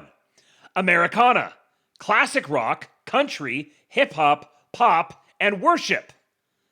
Very interesting. Anything in English. Tremendous. Tremendous work. Very, very good. And then, speaking of Turning Point, check out this guy. Nayland Haley. So, Nayland Haley is not directly related to Turning Point, but he's reacting to a thing from Turning Point. I'm not going to play this whole thing for you because it's almost 6 minutes worth of shit that's going to make you cringe your face off. I will note that Vivek is obviously wearing very caked on makeup that seems to be intended to make his complexion a little bit lighter. And he says, started as a very awkward moment when a young man questioned my faith, ended with a beautiful moment of education and a celebration of our Constitution, only in America. And in this, he says, I'm a Hindu. I believe I'm what does he call himself? An ethical monotheist. I believe that there is one true God, and then there's this other pantheon of gods, and it's basically like the Trinity. And Nayland Haley, this is the son of Nikki Haley, and apparently a devout Catholic. He says, just when you thought it couldn't get worse, comparing the Holy Trinity to your 330 million gods is blasphemous, disrespectful, and a slap in the face to every Christian. If you're going to run for governor in a state that is Christian, have the decency to learn our faith and not slander it. What do you know? This is a very interesting phenomenon. Mr. Nayland Haley. We will be watching his career with great interest because, he's really posting stuff that's very, very interesting. And I got to admit, I'm skeptical. I'm leery because here's the thing. Everyone's picked up on the vibe shift at this point. Everyone knows, like, we're the place to be. We're at the point, the tip of the spear on the culture. So, to people who want to subvert, grift, etc., the playbook is becoming clear now. It's been several months. So you might have like the Brylan Hollyhan side of things, and then you might get the Nayland Haley side of things. He seems great. Everything, I haven't seen anything remotely objectionable. It seems awesome. It's terrific so far. But I've been burned enough times on this stuff in the past. So we will truce, but verify. However, given some of the stuff he's been posting, here's this one. Also going after Vivek. Vivek answers, what is an American? It says a bunch of Vivek stuff. And he says, wrong. America is not an idea. Otherwise, Liberia, which has a similar constitution, would be like the U.S. Also, the makeup isn't working for you. Liberia. What an interesting example to choose. I wonder why he thought of that one. Guess so what is America in your estimation? Teddy had it so right, not Kennedy, but Roosevelt. No hyphenated Americans. Or it says Nikki Haley's son slapping around Vivek on the idea that America is an idea. Really, never in my wildest dreams did I expect that we'd be getting no hyphenated America posting from Nikki Haley's son, of all people. But, you know, I'm prepared for it. I could live in this world. Good morning, bastards. Where's the other one here? This one.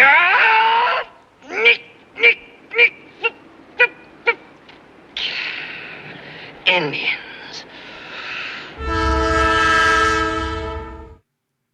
And then he posted this. This and not knowing what a kilometer is. He shoots. He, was it a shrimp boil? Dog posting. Physique posting. The college football. There may be something to this guy. We'll see. We're going to watch. Yes, you all are wrong. Let's see some of his other stuff here. Nikki Haley's son gets it better than Vivek. Surprising. He says, no, it's not surprising. I'm from a different generation, so naturally I have different positions. Do you have identical views to your mom? I didn't think so. Assuming someone's views based on their parents' views makes you closed-minded and low IQ. So there's a few different things this could be. Number one, it could be that he just genuinely is, like Gavin Newsom's son watching Charlie Kirk, says Trust Plan Star. Yeah, it could just legitimately be that he's a Catholic, devout Catholic, and just is not the same as his mom. It could be that his mom is, someone said this, I don't remember who it was, so I can't give credit, but there's it could be a dangerous game to play to assume that everything that a politician says in public is what they actually believe, and may not, they might just be playing a role that they're basically obligated to play by their fundraisers and their backers, and it doesn't truly reflect their actual thoughts and positions. So it's possible that someone like Nikki Haley is basically for sale to the highest bidder, and she'll believe whatever she needs to believe, and so she just is. It could be just she's low principles or whatever, or it could be that he's coming out now and he's kind of doing a thing and he's going to say all the right things and do all the right things, and then down the line we later find out, he comes out and says or does the thing where you realize, it was a psyop all along. Those things are becoming harder and harder to pull off, by the way. But I'll use this to say, not that this is necessarily him. So far, I've seen zero things that are objectionable, and I'm very enthused about the possibility of having Nayland Haley be a thing going forward. Yeah, Brylan Hollyhan getting his job stolen by a Jeet. But I will say that there are we do need to like be on the lookout for the psyops getting more sophisticated. There's a lag time here when you go through this big vibe shift and we're out ahead of the curve. Well, eventually people are going to catch up. And so if you're assuming that the new psyops are going to look like the last psyops, then you'll get caught up by the next psyops. So truce but verify is a very good policy to have. Nancy May said, I'm beginning to think South Carolina Attorney General Alan Wilson has low T. He said, I'm beginning to think you have a personality disorder. Trump to Netanyahu on Gaza talks. Why are you always so fucking negative? Nayland Haley says, maybe because he doesn't want the deal to happen. He says, why Jesus? Had no servants, yet they called him master. Had no degree, yet they called him teacher. Had no medicine, yet they called him healer.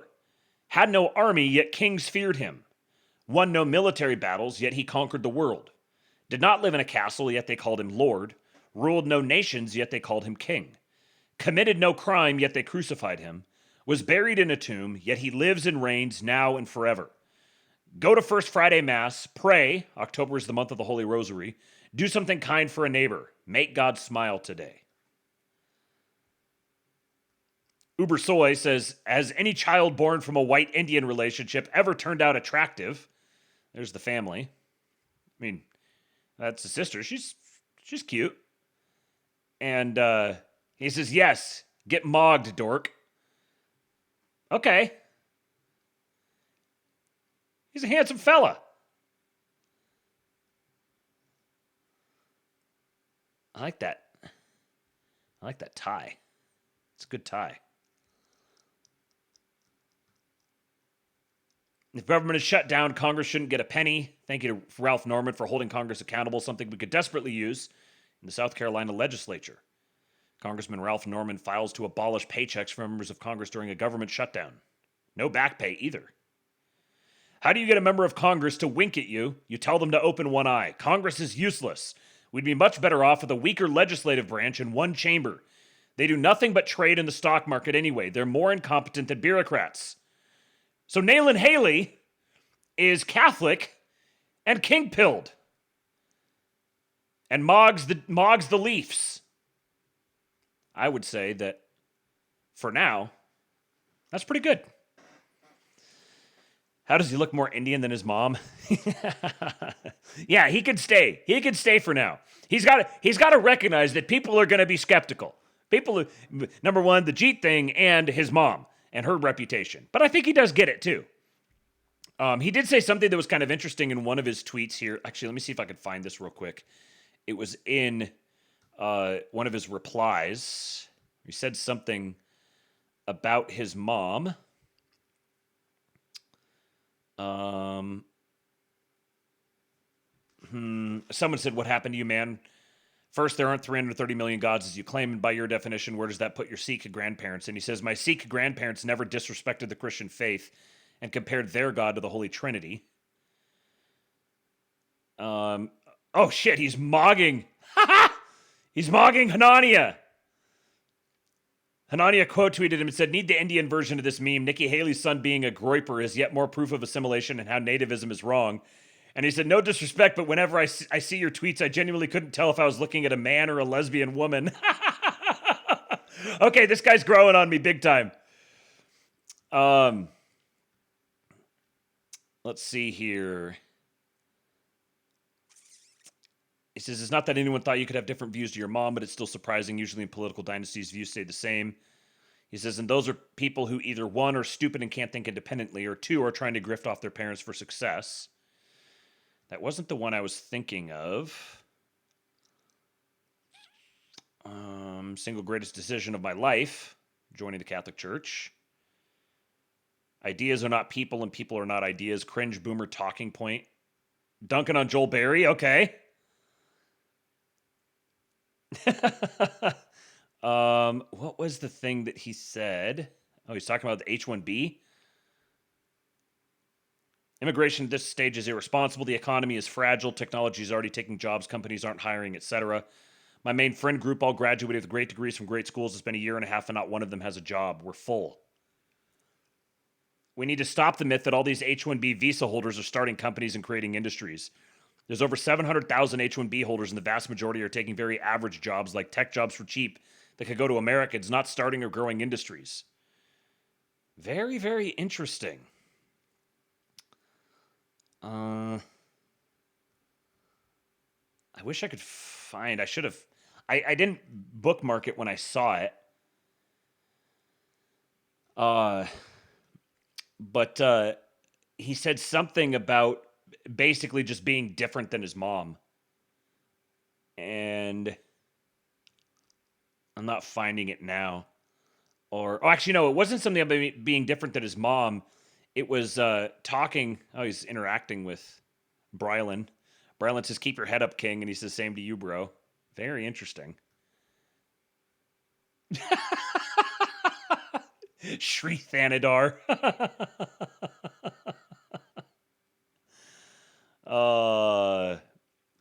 He was talking about George Bush, and said that his mom was closer to Trump than Bush, which is kind of an interesting thing to say. He's defending his mom, fighting in the board to get the professors fired of Clemson. Interesting.